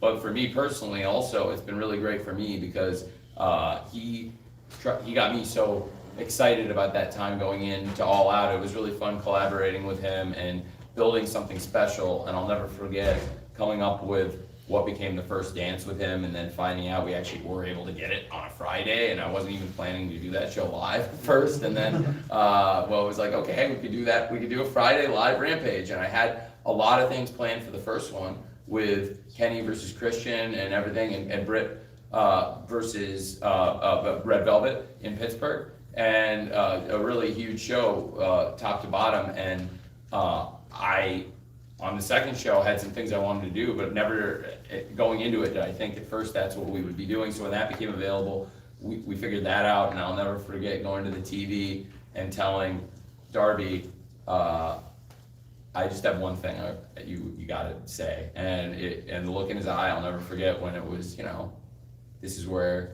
you gotta be. If you think you're a great wrestler, this is where you gotta be, even if you think you're the best in the world. And he was the only person I told, and then he smiled, and kind of knowing what might be in store, and then that set off a chain of events that has been so awesome. He is really special. You guys saw that here. I think everybody was here for that, and seeing where he's at now and where he was at, he was very happy when he came back. You could see it from the first dance, from All Out, and I think it's continued. Like he's hit home run after home run for us, so I'm very grateful that he's back. And it's been a real pleasure and a real treat for me, and what an amazing match the dog collar match was, on a great match on an amazing pay-per-view. Thank you. Last row, please. Will Washington, Grab City Yes. on Fightful.com. So on the topic of one, Swerve Strickland, he made what some might call a high-profile debut tonight. Can you talk a little bit more about, without I guess getting into the creative plans, what you see for him as a performer in the future? Well, I think I have a lot of ideas coming out of the pay-per-view. You always have to look, and we'll look at where the injury toll is, and I'm going to check where the body. There was a lot very hard-hitting pay-per-view, so I don't want to speak for anybody till I get their medical status. But there's a lot of great opponents in AEW for them, and a lot of them went through crazy matches tonight. We'll see who's available on the roster, but I know that there's big matches and dream matches involving Swerve, and I'm very excited that he made his first appearance in AEW tonight at Revolution. I thought that I wanted to have it, in addition to Lord Regal coming after the Danielson-Moxley match, I wanted to debut a star who I think would be great for us for the future, and that's Swerve. And I was, again, somebody else who I was very surprised would be released, because he had done very well, I think, in the matches, and and out the segments I'd seen, and he was somebody I really liked, and so I was looking to snap him up, and I thought Revolution, such a great match, such a great night of great matches, would be a great stage for him to come out, and I think it was a very high-profile debut, and again, he's a great wrestler who now we have that many more dream matches here in AEW. Thanks. Right next to Will. Righteous Reg, Pro Wrestling Hey, Reg. Illustrated, Wrestling Podcast also. Kind of along the same lines, Swerve Scott was signed today. Recently, Keith Lee, AQA. Swerve Strickland. Swerve Strickland, And then sorry. Keith Lee, AQA? Yes. Keith Lee and AQA, kind of a part of me. I created a Black Wrestling's list, 500 Black Wrestlers. I'm interested in Black wrestlers. There was a controversial tweet by yourself very recently concerning the release of wrestler. How do you feel like you have bounced back and kind of aided in there being more Black representation on AEW? Well, that was always my goal, and I think that was the point I was, it's been a long time, but that's a point I've been, eager to make, is that I always cared about that representation. But as you've seen in recent months, there's also contracts starting to expire. I can't renew everybody, and in the time that's passed since then, I think people have seen, I'm serious, that I'm gonna start signing more people, and the people you've all named have debuted here. Keith Lee, AQA, and now Swerve Strickland, and many other debuts in that time, and that have been great debuts. And I think, in addition to people coming in, there's also going to be people coming out, and I tried to do it based on merit, and that was the point I was making at the time, is I'm going to evaluate people based on how good I think their wrestling is, in addition to a variety of other factors, and nothing else, but that I am always prioritizing the diversity, and I think that we made huge leaps and bounds in the time since then, and I can see that you're nodding that you agree with me, and also that was going into Jade's championship match and her dominant run, and we didn't mention her, but I think she's been a dominant champion. Great match tonight. She had a great match tonight, and to be honest, I offered her the opportunity to come in here and be on here with all the champions, but I'll be honest, she's a big time star, and she wanted to move on with her night. It's not that I didn't invite her to be here, she just didn't want to screw around and wait around with y'all. Jade had bigger things to do, but she's, and you can see when she's out there, she's the boss. So I think I'm very excited about what we're doing, and she's a great wrestler, by the way, and I have to say that since I brought her up, and she's not in the scrum to talk about it, and he's not in here to talk about it, she's really she's worked with, speaking of representation, Sanjay Dutt, who has done a great job with her, and that's not who you thought I was going to say, because there's been more headlines for the other person, but Sanjay Dutt also represents, I think, great representation in pro wrestling. When I was growing up, there was nobody who looked like me that was on TV, that was pushed, and that had any gimmick that wasn't really offensive and that particularly really could go. And Sanjay Dutt, I didn't really look up to growing up, because we're literally the same age. We were born the same year. And when I was in college, it was a guy, when I was finally like, oh man, this is a guy who looks like me and who can really go. And it's great working with him and having him here. And he's been really great for Jade. He's a great thinker. In general, he's a great person. And also, Brian Danielson. And Brian Danielson has a great mind, so that's the person who's not here also, who's done a great job, I think, with Jade. And I'd asked him to please help, try to help coach somebody who I see a ton of potential in, and I think is already was the Rookie of the Year and could take it to another level now in year 2. And tonight you saw that. I thought her match was excellent. Ty Conti then, speaking of which, tremendous, also great representation, and had a tremendous match, and has a lot to be proud of, because even though she hasn't won the title on the last 2 pay-per-views she's been on, she has been excellent, and that's that's very typical of her. And in between, she had one of the best TV matches in recent memory, along with teaming with Anna Jay against Penelope and the Bunny in their street fight, which was a tremendous match on Rampage. And Ty Conti, that's why she is the most improved wrestler of the year. So you saw the Rookie of the Year and the most improved wrestler of the year in a great match. That I was really happy for both of them also. So thank you for asking that. Hi Tony, Mike Dagger for Lucha Libre Online. So I wanted to ask you, you already have all of the pro wrestling hardcore fans on your side with AEW, right? What is your plan for the casual fans to bring them over to AEW to be able to watch your product, right? And also, I have a question on top of that. is what is your plan for your Spanish viewers and your Latin American viewers to be able to give them more of AEW? That's a great question. Let me take that one first, and then let me go back to your first. So your first question was a little bit broader, so come on, let me ask you your second one, and then I'll ask your first one again. Yeah, Okay? the second one was, So- what is your plan for the Yes. Spanish viewers? Yes, And absolutely. Latin America, to bring them more of AEW? Absolutely, so I'll take that one first, and then we'll go back to the first. Sure. So, we're trying to put the content out in more places. Obviously, now we have a great deal with Space and Warner, working with like different partners for distribution, and that will come back, our great deal with Warner Media and how great a partner they've been for getting our product across to the mainstream. I think I'll come back to that in the first question you asked also. But I think to connect with that audience, obviously it goes back to the same subject of diversity I was just talking about, and it comes from pushing a diverse array of wrestlers throughout tonight.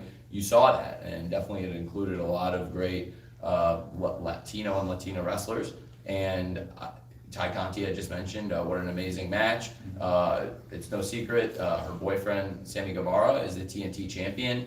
He was victorious tonight in the Tornado Trios match that I thought was an excellent match. And on the other side was Andrade El Idolo, who's a tremendous wrestler. And Andrade El Idolo and Sammy were both involved in a match on Rampage on Friday night. Speaking of which, on the live Rampage, that was one of the best TV matches you're gonna see this entire year. And it was only March, so it's still early in the year, but I'm getting to say that that's a top TV match, and they really delivered. And in addition to them, there are a number of other wrestlers. Of course, the Lucha Brothers, great champions. Very unfortunate Phoenix getting hurt, especially as high profile of a big star as he's been from us from day one, and a great World Tag Team Champion, and his brother Penta, and a number of other great stars, and also from building young developmental, Daniel Garcia. You talk about building for the future. Daniel Garcia, one of the top young stars, and I think he, and it will keep developing a diverse group of talent, and also trying to put it out more places and trying to make the shows better and put more features and more content out there, if that makes sense. And I'm always looking to bring in new stars, and all the people I named are people that are important, and I think there's some other ones too that going back to your first question then, which is a broader question. How do you get the content into the mainstream? Well, it's great. I think we're doing things. We're working with media partners, and there's obviously some of it is being here with you, right? Because all of you put stories out, people read these newspapers, and it brings in new fans and online, and all of your various sites and blogs and vlogs and all the content you are putting out helps us. So it's why the media is so valuable to AEW. I think the great support that all of you give us by checking out our shows and giving us a fair chance to put out really good wrestling, which we try to do. So that's a big part of it, is all of you. And speaking of media, like, we have one of the biggest media companies and one of the biggest companies in the world at disseminating our content domestically and internationally. We have some of the top partners. So I think internationally, ITV, you couldn't ask for a better partner in England. In addition, Fight TV, all available all over.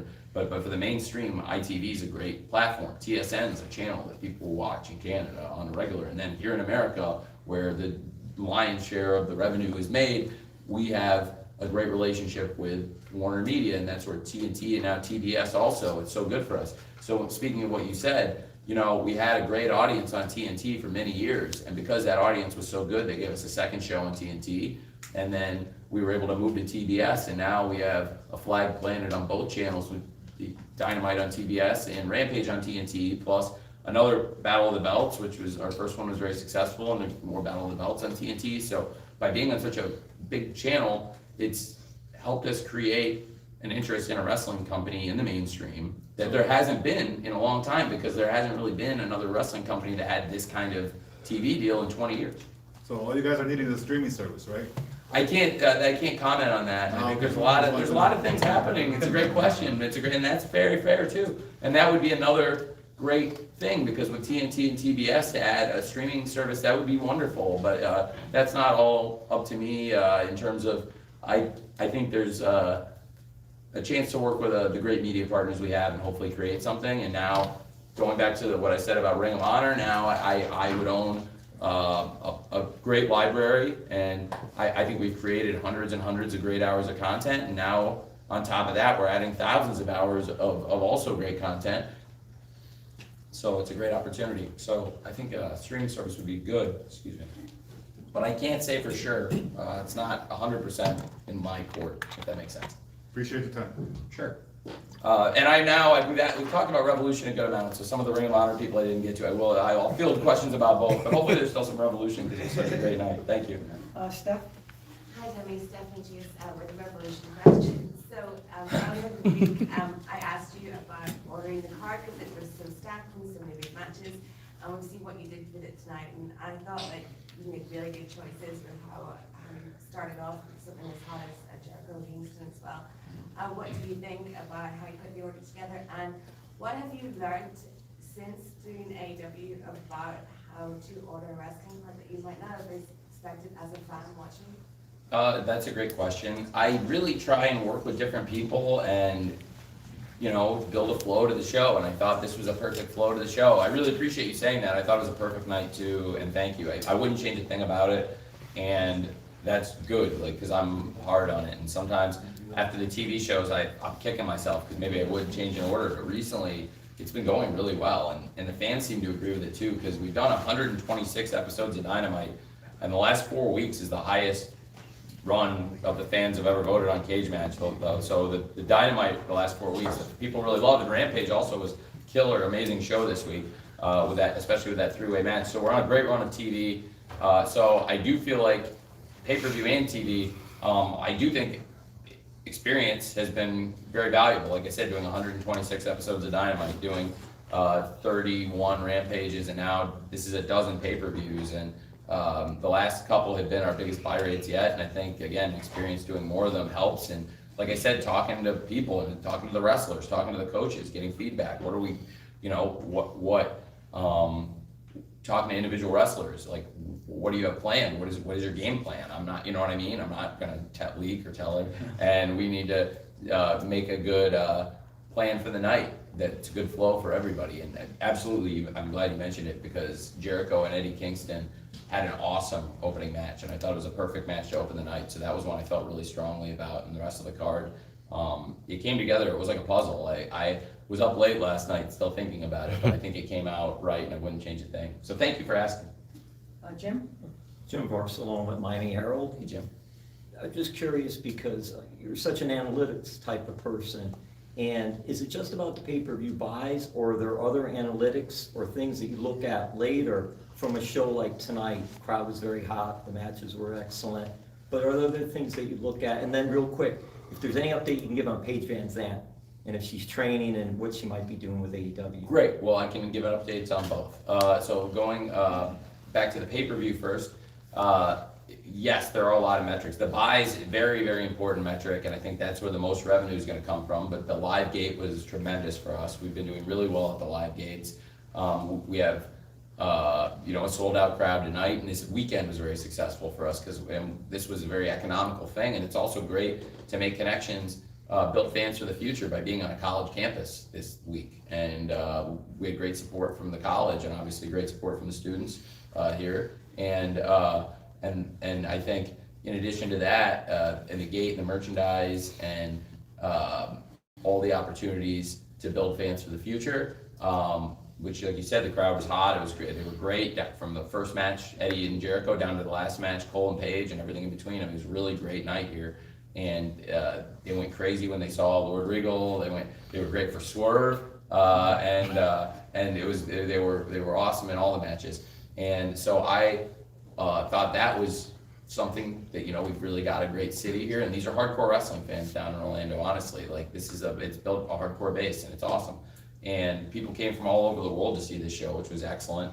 So there are a lot of metrics that are important, and it's also great to have an awesome show. In addition to the buys, you want to have an awesome show because that's going to build more interest in the future shows like Double or Nothing, our next pay-per-view in Las Vegas, Memorial Day weekend in May, and we've already sold. Look at the amount that we sold. I think sold out. Just shy of something. Pretty close, about 11,000 tickets. Hey, there's a couple tickets left, ladies and gentlemen, and we've already sold over $1 million in tickets, and you can get yours, and then we'll be even further over. But it's the first time we've ever hit $1 million. And that's a pretty special thing for us. This is Raphael, and most of you guys might know him. A lot of you guys from Wrestling Twitter, a lot of you guys are on there. I think you might know and he's a very important person for us, and he was very instrumental. He and I worked together for a long time to get the Arthur Ashe Grand Slam thing put together, and it was a great success for us. And I think we realized just shy of $1 million on that one. We did 960, so we set our sights on it for this one, and that's a great metric for us also. Here we did the long weekend with the Rampage of Fan Fest and the pay-per-view, very successful. And then you asked about Paige Van Zandt. We'll see Dan Lambert. She did agree to come to the pay-per-view and sit with Dan Lambert and Scorpio Sky, and we have an agreement now that Scorpio Sky would wrestle Sammy Guevara for the TNT title, and the winner of that match is going to go on to the St. Patrick's Day Slam. But it's been, as of this Wednesday, 364 days undefeated for Scorpio Sky. When he gets the shot, Sammy is going to give him the shot. We all agreed, and so I'm not gonna say anything, confirm anything with Paige Van Zandt until we sign it, because I don't want to take Dan at his word, because I think everyone knows Dan Lambert is very shady guy, right? But no, I seriously am excited. She has been training, and she's been with us here at AEW before. I think she's got a really great natural charisma, and I think, if I give Sky the chance, which I think he's completely earned, and it's been, like I said, almost a year since he's been beat, and we'll see. It's the title versus the streak, and in exchange for making that happen, I think Paige is going to be coming here. So it'll be a tense handoff between me and Dan, but I think we're going to get it done. Got Spencer. Ah. Leave Spencer, and then we'll. Yes. Tony, thanks. Spencer Valdez, NSM Today with UCF. And thank you so much for bringing AEW back to UCF for a great weekend. When last I reported on AEW, when Dynamite came through in October, I could only find one person who was associated with UCF other than myself and a colleague, and they were an alumnus. Can you talk about ways in which the working relationship between AEW and UCF could be strengthened on the next few go-arounds so that more students in the population can intermingle with AEW fans? And we're good. That's great. That's a great question. I think we can do more. I think Raphael, when we're here more, that's great. You'll get your contact info, and I think we can do more to connect with the students. Absolutely. The next time we come through, I think we will do that. I mean, I know the wrestlers have been out and about on campus and had a good time, so they connected with the students. I know. So I have. So they were happy I booked this. I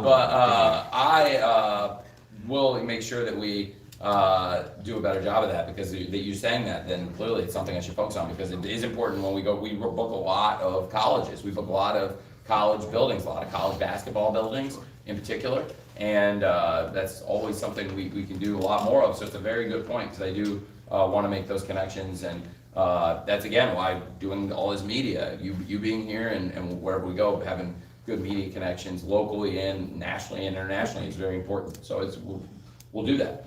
Can our mascot have a shot at a run-in? A run-in? Well, it depends. Maybe at one of the. That's a good idea for the Universal Dark shows where I experiment more, and so maybe I could pull that off. I've been to this campus before for football purposes, pro days and stuff like that. It's a great campus, so it's great to be back. Awesome. Thank you. Thank you. Good morning, Jamal Harrell, Big Old Media. Question, Ricky Starks took a really nasty bump to end the match tonight. Given his previous neck injuries, can you provide an update for him?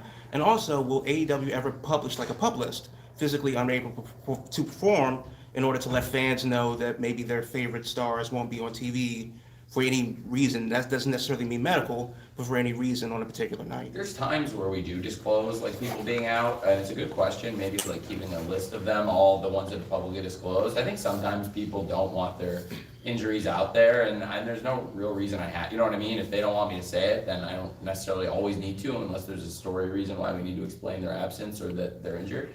So it depends on the context, but it's a good idea, maybe the ones that are publicly available information already that we've acknowledged. But the more important thing, much more important thing you asked about is Ricky. And yes, he's okay. And his neck's okay. And it was a very scary moment in a big match, but he's going to be okay. And that's he's been awesome and tremendous for us. And everyone in that match did great. And I was really happy for the fact that he was okay. So thank you for bringing that up. It was not pleasant, I wouldn't ask him to go out and wrestle right now, go wrestle 60 minutes or anything, he's gonna be okay. Thanks for asking. We're gonna do the whole first row here, guys, so. Awesome. I'll get you all, and then I know I still kind of owe you guys a little bit on Ring of Honor, but I just was so excited about the pay-per-view, I wanted to kind of, before I get so deep into all that. Oh, no problem. Niger, Big O Belt Media. So from the Washington, D.C., Baltimore area, ROH Dying was pretty bittersweet for our area. You know, that was our home promotion. It's a big deal, a lot of history there. You purchasing it now leads to the question as to, do you have plans? And I know you are coming back to Baltimore, I believe it is? May 4th. May 4th, right. But is there other future plans to kind of service that area, and or in terms of ROH, where are you going to base home base location? It's a great question, and I'm still developing plans for what we're going to do, but Baltimore has been a great home for ROH, and I think they've run a number of events, and they've utilized like UMBC, right? Yes. And we've done a number of shows in Baltimore, including the original Full Gear, which was an amazing show for us. And I think it's an awesome area, and we've done a number of shows, in the surrounding area also, but in Baltimore specifically, I know there's an amazing connection to Ring of Honor. I'm very cognizant of it, and I do want to not only acknowledge the history of Ring of Honor, but I want to take it to another place. Both respecting the library and doing things that make sense with it, and make sense for me and for AEW, and hopefully for our media partners. But also going forward, because there should be a Ring of Honor, and I think I've got the resources to present a better version than anybody else can. And so that's why I'm really excited about it. And I know there's going to be a number of questions about that, so I can talk about that. But tonight was so special for everybody in AEW, and that's been such a great priority for me. So thank you for curbing some Ring of Honor questions for a moment. Well, thank you. The AFI theme for CM Punk was a special moment tonight, and that plays into his Ring of Honor history. What was sort of the timetable in that happening? He wanted to do it before. Okay, I was very curious about that. He was going to do it before, so that was pretty crazy. Because obviously, dog collar match has a lot of history. It's not his first dog collar match. And it's his first dog collar match in AEW. And it was his dog collar match in front of a national audience. I think for a hardcore wrestling fan, they knew he'd done it. But the people watching AEW, there's a very large percentage, probably the majority, that weren't necessarily familiar with it. But I think that's also what's great about our fans is they respect the history of wrestling, and the ones who knew it thought it was awesome, and the ones who didn't, it's not like they're upset. Most of them would look it up or ask the person sitting next to them here or on the couch or in the movie theater. I think that's one of the things I really love about wrestling fans, and especially, honestly, the fans, just the wrestling fans in general, no matter where they're at. I just think wrestling fans are great, and I think that's, no matter what promotion they're a fan of, I think that you can treat them like that, and they'll so I think our fans are great, and I think all wrestling fans are great, and that's why you treat them with respect, and you know what I mean, and don't assume that they need to be beaten over the head with everything, because sometimes a subtle thing like that can really make a big difference, and it clearly affected a lot of people. I saw a lot of people talking about it, so I'm glad he did it. It was his idea. And I wanted to ask you about Honor Club. Is there any update on that or is it too early in the process for that? It's too early in the process for me to say that. I can give you a couple broad things about what I'm planning, what I plan to do going forward, but I can't say much. And but I will tell you all I can say. But I can't say much about the future of Honor Club or it's where all the content's going to live or what I'm going to generate. But I do plan to generate content going forward. I'm very excited about it, and I really appreciate the people that we worked with on the deal to get it done, and they were very, very fair, and the timing of it was great. I think it's great timing coming off the 20th anniversary of the launch of Ring of Honor, which was actually just about 10 days ago. But it's very special, and that's why I was really pleased to be able to present last week Bryan Danielson versus Christopher Daniels, which is a match 20 years in the making, in that kind of setting. A match it all began with them being involved in a match, and it was great to have them competing to see which one of them would come up with a win, since neither one of them got that win on the Era of Honor Begins. Thank you for asking, and if people have other questions, I'll say as much as I can. I may not be able to answer everything, but I may say something. Tony, the Tornado Trios tag kind of slid under the radar on a pretty stacked card, and it got a great reaction. Well, you know what I think? I think the fans sometimes, and it's great, like, I understand it, like, I think fans really want to see there's stuff they really want to see, and I hear them. I had planned to do the three-way, and I think fans really wanted to see a match that turned out to be, there's a reason, the fans are really smart, and I think the fans thought, hey, if Sammy were to defend the title against both Darby, he had a great match with Darby, he had a great match with Andrade, if he defended against them both, it would probably make sense with everything that's happening, based on everything we saw, and that would be an awesome match. And I think that hit everyone's minds, and people, does that make sense? But it was always planning to do the three-way. And tonight, I think you saw why I felt so strongly the Tornado Trio. It would be great to do the three-way on Rampage and have a great go-home show, especially a lot of you, I think, were there, and it looks like people are nodding, and I thought they tore the house down, personally. I thought it was awesome. And then that match, so yeah. So no, I was just going to say, I know you take a lot of pride in how you use your legends and how you use your veterans, and it was kind of the payoff of seeing Matt Hardy with Private Party and Sting with Darby Allin. What would you say your assessment is of the job those two guys, Matt Hardy, Sting, have done with those respective talent? That's what I was referencing. That's one of the reasons I felt so strongly about doing it, because I knew that the three of them would tear the house down in three-way, and there was no questioning that we were going to do it on a big platform and honestly give it to a huge audience on TNT, and then hopefully make even more people interested in what these guys would do on the pay-per-view, not just against each other, but also how, what's going to happen with Sammy and Darby on the same team and teaming with Sting. Sting, since he came in, he's just gone above and beyond. I don't think, I know none of you expected him to do as much as he's done, and I was there because I was there, and I didn't expect it either, and he didn't either. He was in here before, I guess, with you guys, and I hope he expressed it to you, but he certainly expressed it to me. He loves doing what he's doing, and it's just such an honor and a pleasure to have him here, because in that generation of the legendary great pro wrestlers, he's certainly at the top and among the top of the greatest stars. And Matt Hardy, from the beginning of the time he came here, who just happened to be the pandemic. And the first show Matt Hardy was on was the first show that was a shutdown in Daly's place, and from that time on, he wrestled a lot of shows in front of empty, completely, with just wrestlers at ringside, and we made those great shows. The first show he was on, I'm really proud of that show, even though we weren't able to go to the building we planned to go to in Rochester and debut Brody Lee and Matt Hardy, the way we'd originally planned. We were going to do that same stuff in a bigger building. And not only that, but in Brody Lee's hometown, which, I always wish we could have done.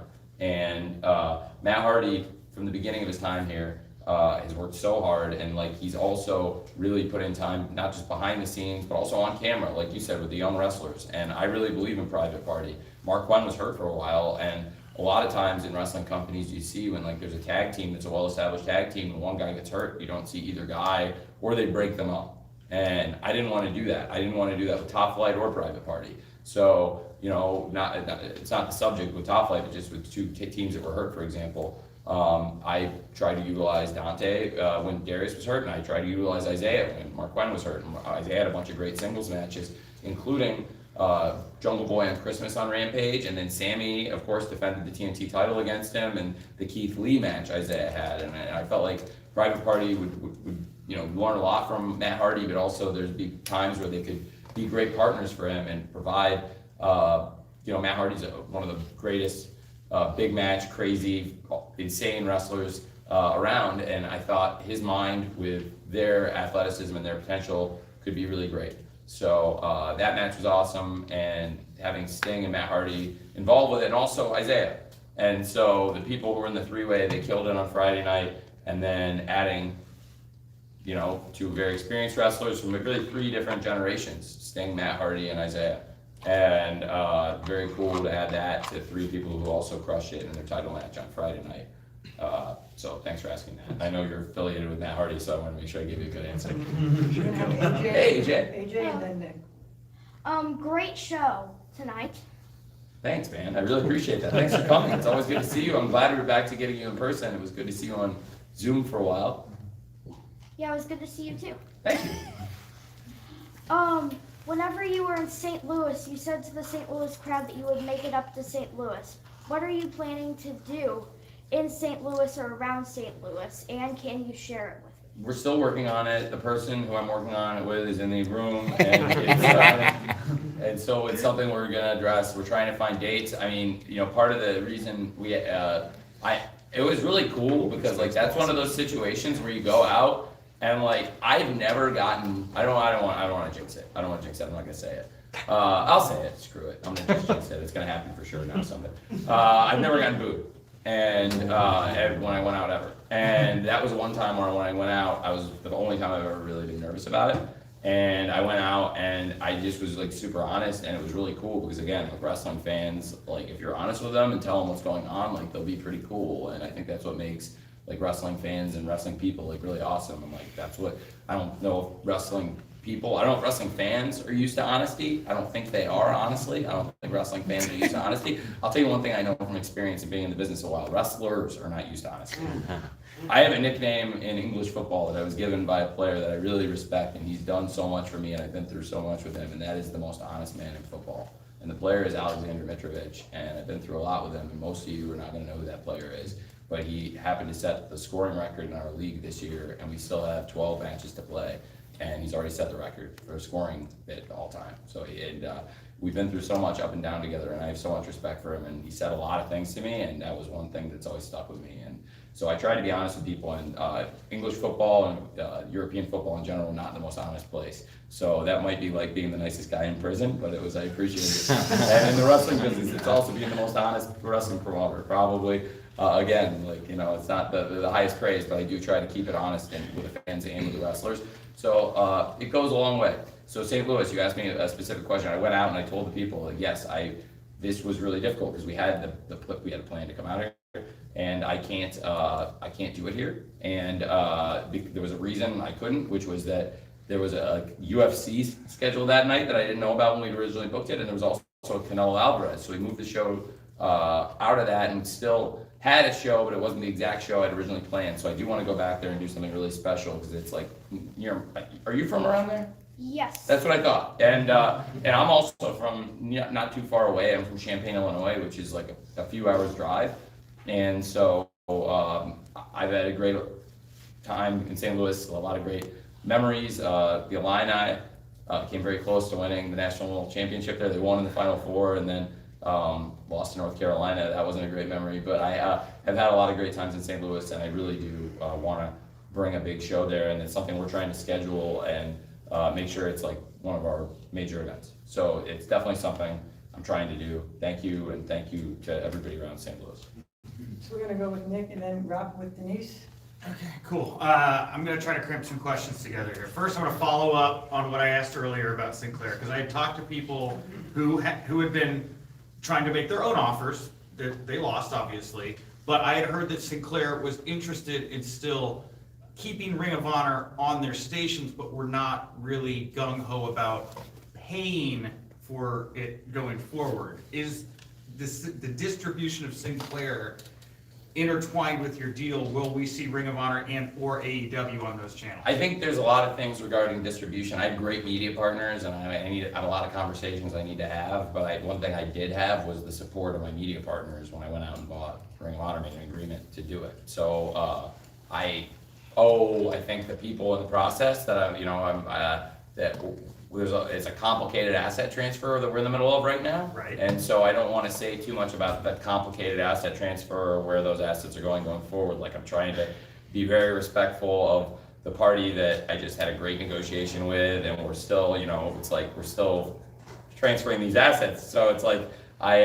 where the library of past content and any future content will be disseminated, I can't really say right now, but I'm glad you're asking. So Okay. What else do you want to ask me? All right, the other one is, everybody got in a kerfuffle this week. Chavo got upset that he was off the AEW roster. I talked to Chavo Guerrero this week. He seemed upset that you had not taken his calls, Tony. Are you gonna call Chavo? What happened here? I am gonna call Chavo. Okay. So I'm about, to be honest, I was a little surprised, cause I only missed one message from him, and then he went to the media after I missed one message from him, cause he like, I don't wanna say what Chavo got paid for being the stunt coordinator for Young Rock, but he got paid a huge amount of money, and he asked if he could take the time off and leave, and I said, like, he was not under contract, he was on a weekly deal, so, I said, I would love to have you back when, you know, I do like you a lot, and you did a great thing, but now we're gonna have to, you know, we'll figure out, you know, we'll make our plans going forward and without him here. And we made plans going forward without him here, and we went on and we've done a lot of great stuff, and I really liked him, and he did great stuff for us. And I definitely owe him a phone call, but I was a little surprised to hear that because I do like him a lot, and Chavo could walk in here right now, and I'm very pleasant with him. But when I saw that, I was like, you know, it's kind of a busy week because we have a show every day. Wednesday we did Dynamite and Elevation both, and then we shot Dark in Orlando, and then we shot Rampage live. And maybe, you know, to be fair, when Chavo was here, a lot of this has all just been crammed on Wednesday, so maybe he didn't know I had such a busy week, but he did just like reach out this week, and I just haven't gotten back to him yet. So, yeah, it's, you know, I will talk to Chavo. It's fair enough. And like I said, I blew off a lot of questions about Ring of Honor. I don't know what I can.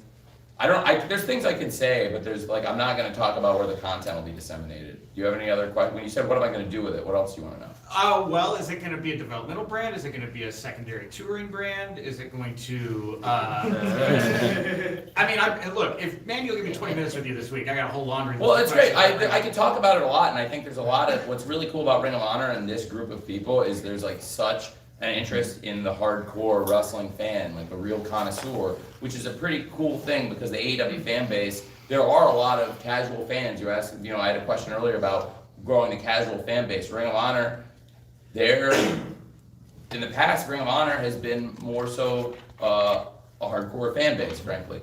Ring of Honor never had the kind of distribution that we've been so fortunate to get with TNT and TBS, which has really set us apart from every other wrestling company that's come along since WCW went under as far as being a viable competitor in the space.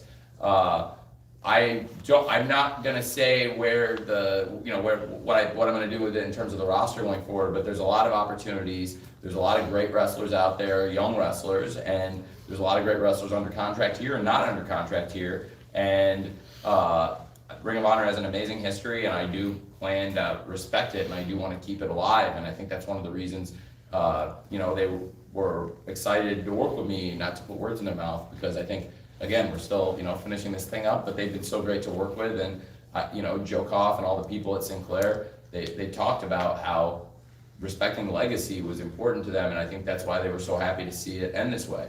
One thing I'll tell you that I do plan to do, because I think I've been asked that a lot, and you asked me what I'm going to do with it, I'm going to be the booker. And there's a reason for that. Because I will be bringing in young wrestlers, and they have a lot of young wrestlers. And I think we're very successful here. We're doing very well here. And I plan to continue doing very well with it and bringing in wrestlers that could work in Ring of Honor or AEW potentially. And I think you've seen that for continuity's sake, like when you bring people in other wrestling companies that have had, say, multiple promotions under one corporate structure, one person, I don't think it's conducive to have people coming into an environment, say somebody were to come here and from there, and the whole thing that's been going on with them, I might not be behind it. You know what I mean? And so I think, it's Revolution, and I want to talk about like Revolution, and also Ring of Honor is a big week with that happening, and I want to respect again the process that's happening right now, because it's a complicated transfer and we're finishing up everything. But again, like that's, to be honest, that's one of the reasons that I think. Okay, I'm holding, so. Jealous. Okay, here's what I want to say. Here's what I want to say. It's a room full of wrestling fans, right? Yes. What NXT do you guys think is better, the original or 2.0? Original, obviously. Okay. Now, which one do you think is more conducive with Vince McMahon's vision of pro wrestling? 2.0. The second one. Okay. Yeah. Now, for better or for worse, if they're not gonna change what they're doing with the main stuff, isn't that maybe more, there's a reason that it's maybe a more efficient process to do that? Because at least then you're calling up people, you know what they're doing, and like, it's not like you're calling up people you don't believe in, you do nothing. So like, does that make sense? Yeah, so. Okay, so then you guys answered my question, that was pretty cool, I didn't see unanimous feedback. So then in the comments, please let the record state that everyone in the room answered the question, I didn't say anything. So, Tony, we have a last question with Denise. okay, I mean, if there's anybody, did anybody fly or come here? Denise, I'm gonna do yours, and if anybody else, I will do another one if I miss anyone. Thanks, Denise. Okay, so yeah, Denise Salcedo, Instinct Yes. Culture. So I want to ask you in regards to Ring of Honor. I know you just mentioned that you're going to be booking this, but I know you already have a very busy schedule. So my question is, are you going to be bringing in anybody else to kind of help carry, some of those responsibilities? Well, we have a lot of great people here in AEW, and I work with a lot of great people, so there's a lot of great minds. We continue to, tonight, obviously, you saw Lord Regal's here. Ace Steel has been working in AEW. He's been really helping out and has been a great coach. And like I mentioned, Sanjay Dutt has come in recently.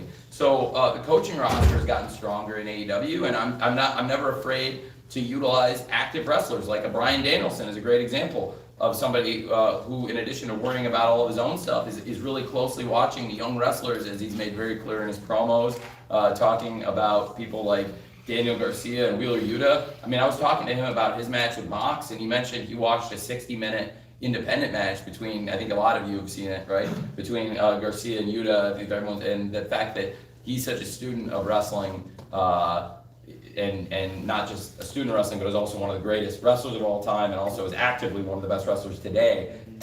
It's very compelling, and I think he has a lot to offer. So we have a lot of great minds here, and we also have a lot of great minds here that have a connection with Ring of Honor. So there's a lot to think about there. But so yeah, I will be doing that, but I will continue working with people, soliciting ideas, and trying to keep things organized, and building 2 great rosters of wrestlers. Hey, okay, so this is you. I'll do a few more, because if there's anybody I did get you, Reg, but I'll do one more. And then if there's anybody I didn't get to, I'll do a question from them. So Reg, what's up? You can ask me, hold on. You are about to. Wait for the mic there, Red. Oh. Leva's got it. Okay. The blue pants fam. Yes. As a West Coast wrestling fan, you guys are about to have a string of shows in Las Vegas and California. What are your plans for California? Because we've been waiting for a long time for you. Well, it's going to be a huge loop.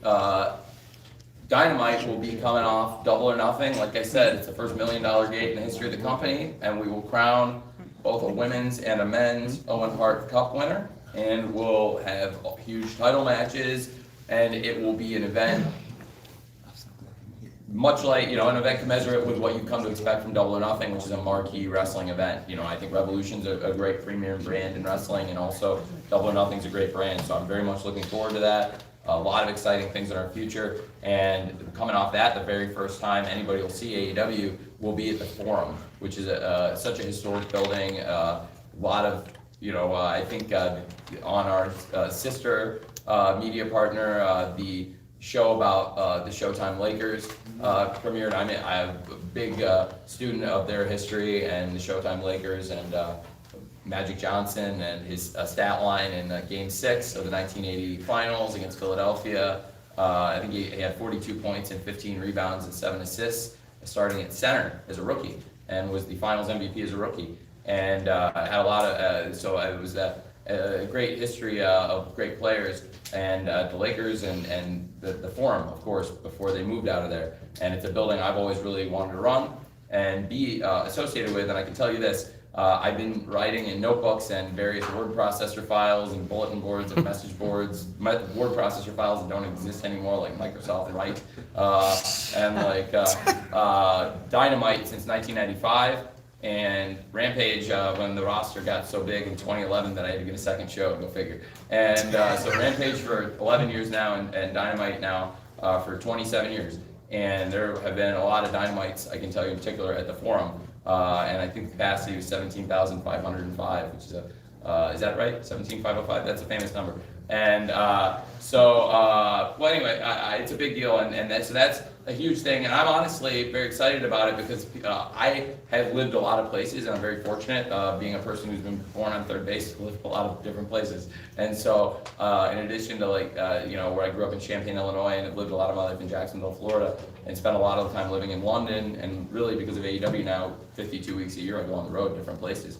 Spent a lot of my life in Chicago, which is not far from Champaign, but a lot of my life I spent years in Los Angeles. And it was because of that life I had out there, which seems like a whole different thing. But I've seen, a lot of crazy stuff out there and lived a great life. And it was because of connections in media I was able to make out there that I was able to make AEW a reality and put the show on TNT and TBS because our personal connections in Los Angeles, just being at a party and making friends with people.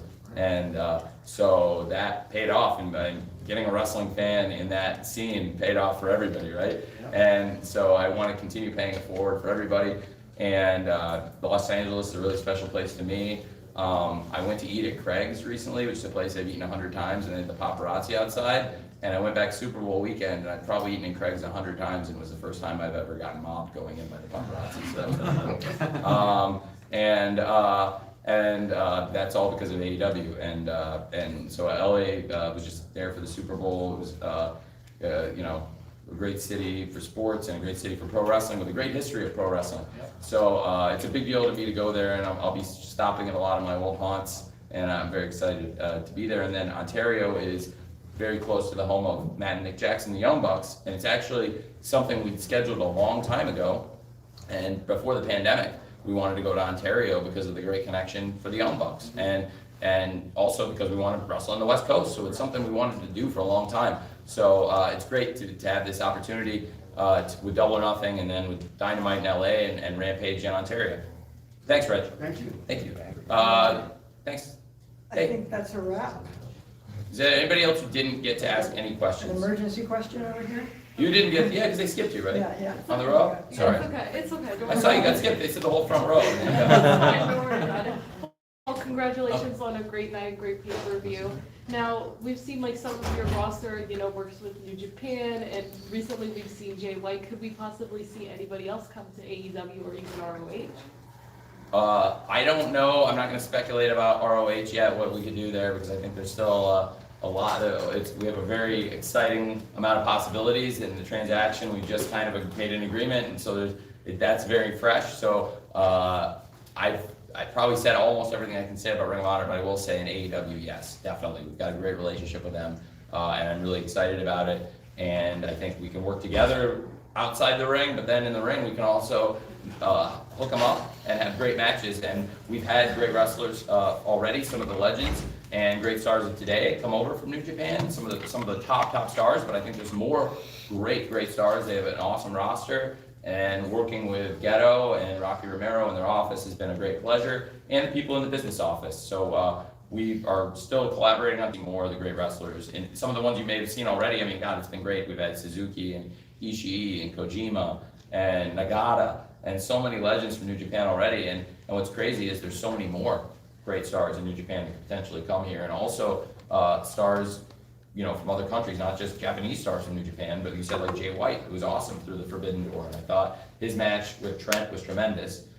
Trent is a wrestler, by the way, who I had watched extensively in New Japan, who had a lot of great matches there, teaming with Rocky, and he's somebody I always want to, I get behind him. Whenever he's able to wrestle, I get behind Trent, I really do. I think you can see that. And he got hurt again in the Battle Royal, and not terribly bad, but it's like, I really love him and want to get him going, and so hopefully he'll be going again soon. It's not a bad injury, it's nothing bad, but it was actually, if you watch it back, it was on the elimination. Yeah, we have a great thing going with New Japan, I think, and what's crazy is all the great matches that are still potentially to come. So yes, we will definitely do more with AEW in New Japan, and as for anything related to Ring of Honor, stay tuned. That is probably, I think they're trying to get me out of here, and I want to make sure I at least hit the whole front row so I didn't false advertise. Thank you for everyone who came here. I really appreciate it, and to anybody watching this who may have ordered the show on pay-per-view or was here live, it means the world to me, and thank you for giving us this opportunity, and I hope it lived up to everyone's expectations, and thank you very much. Thank you.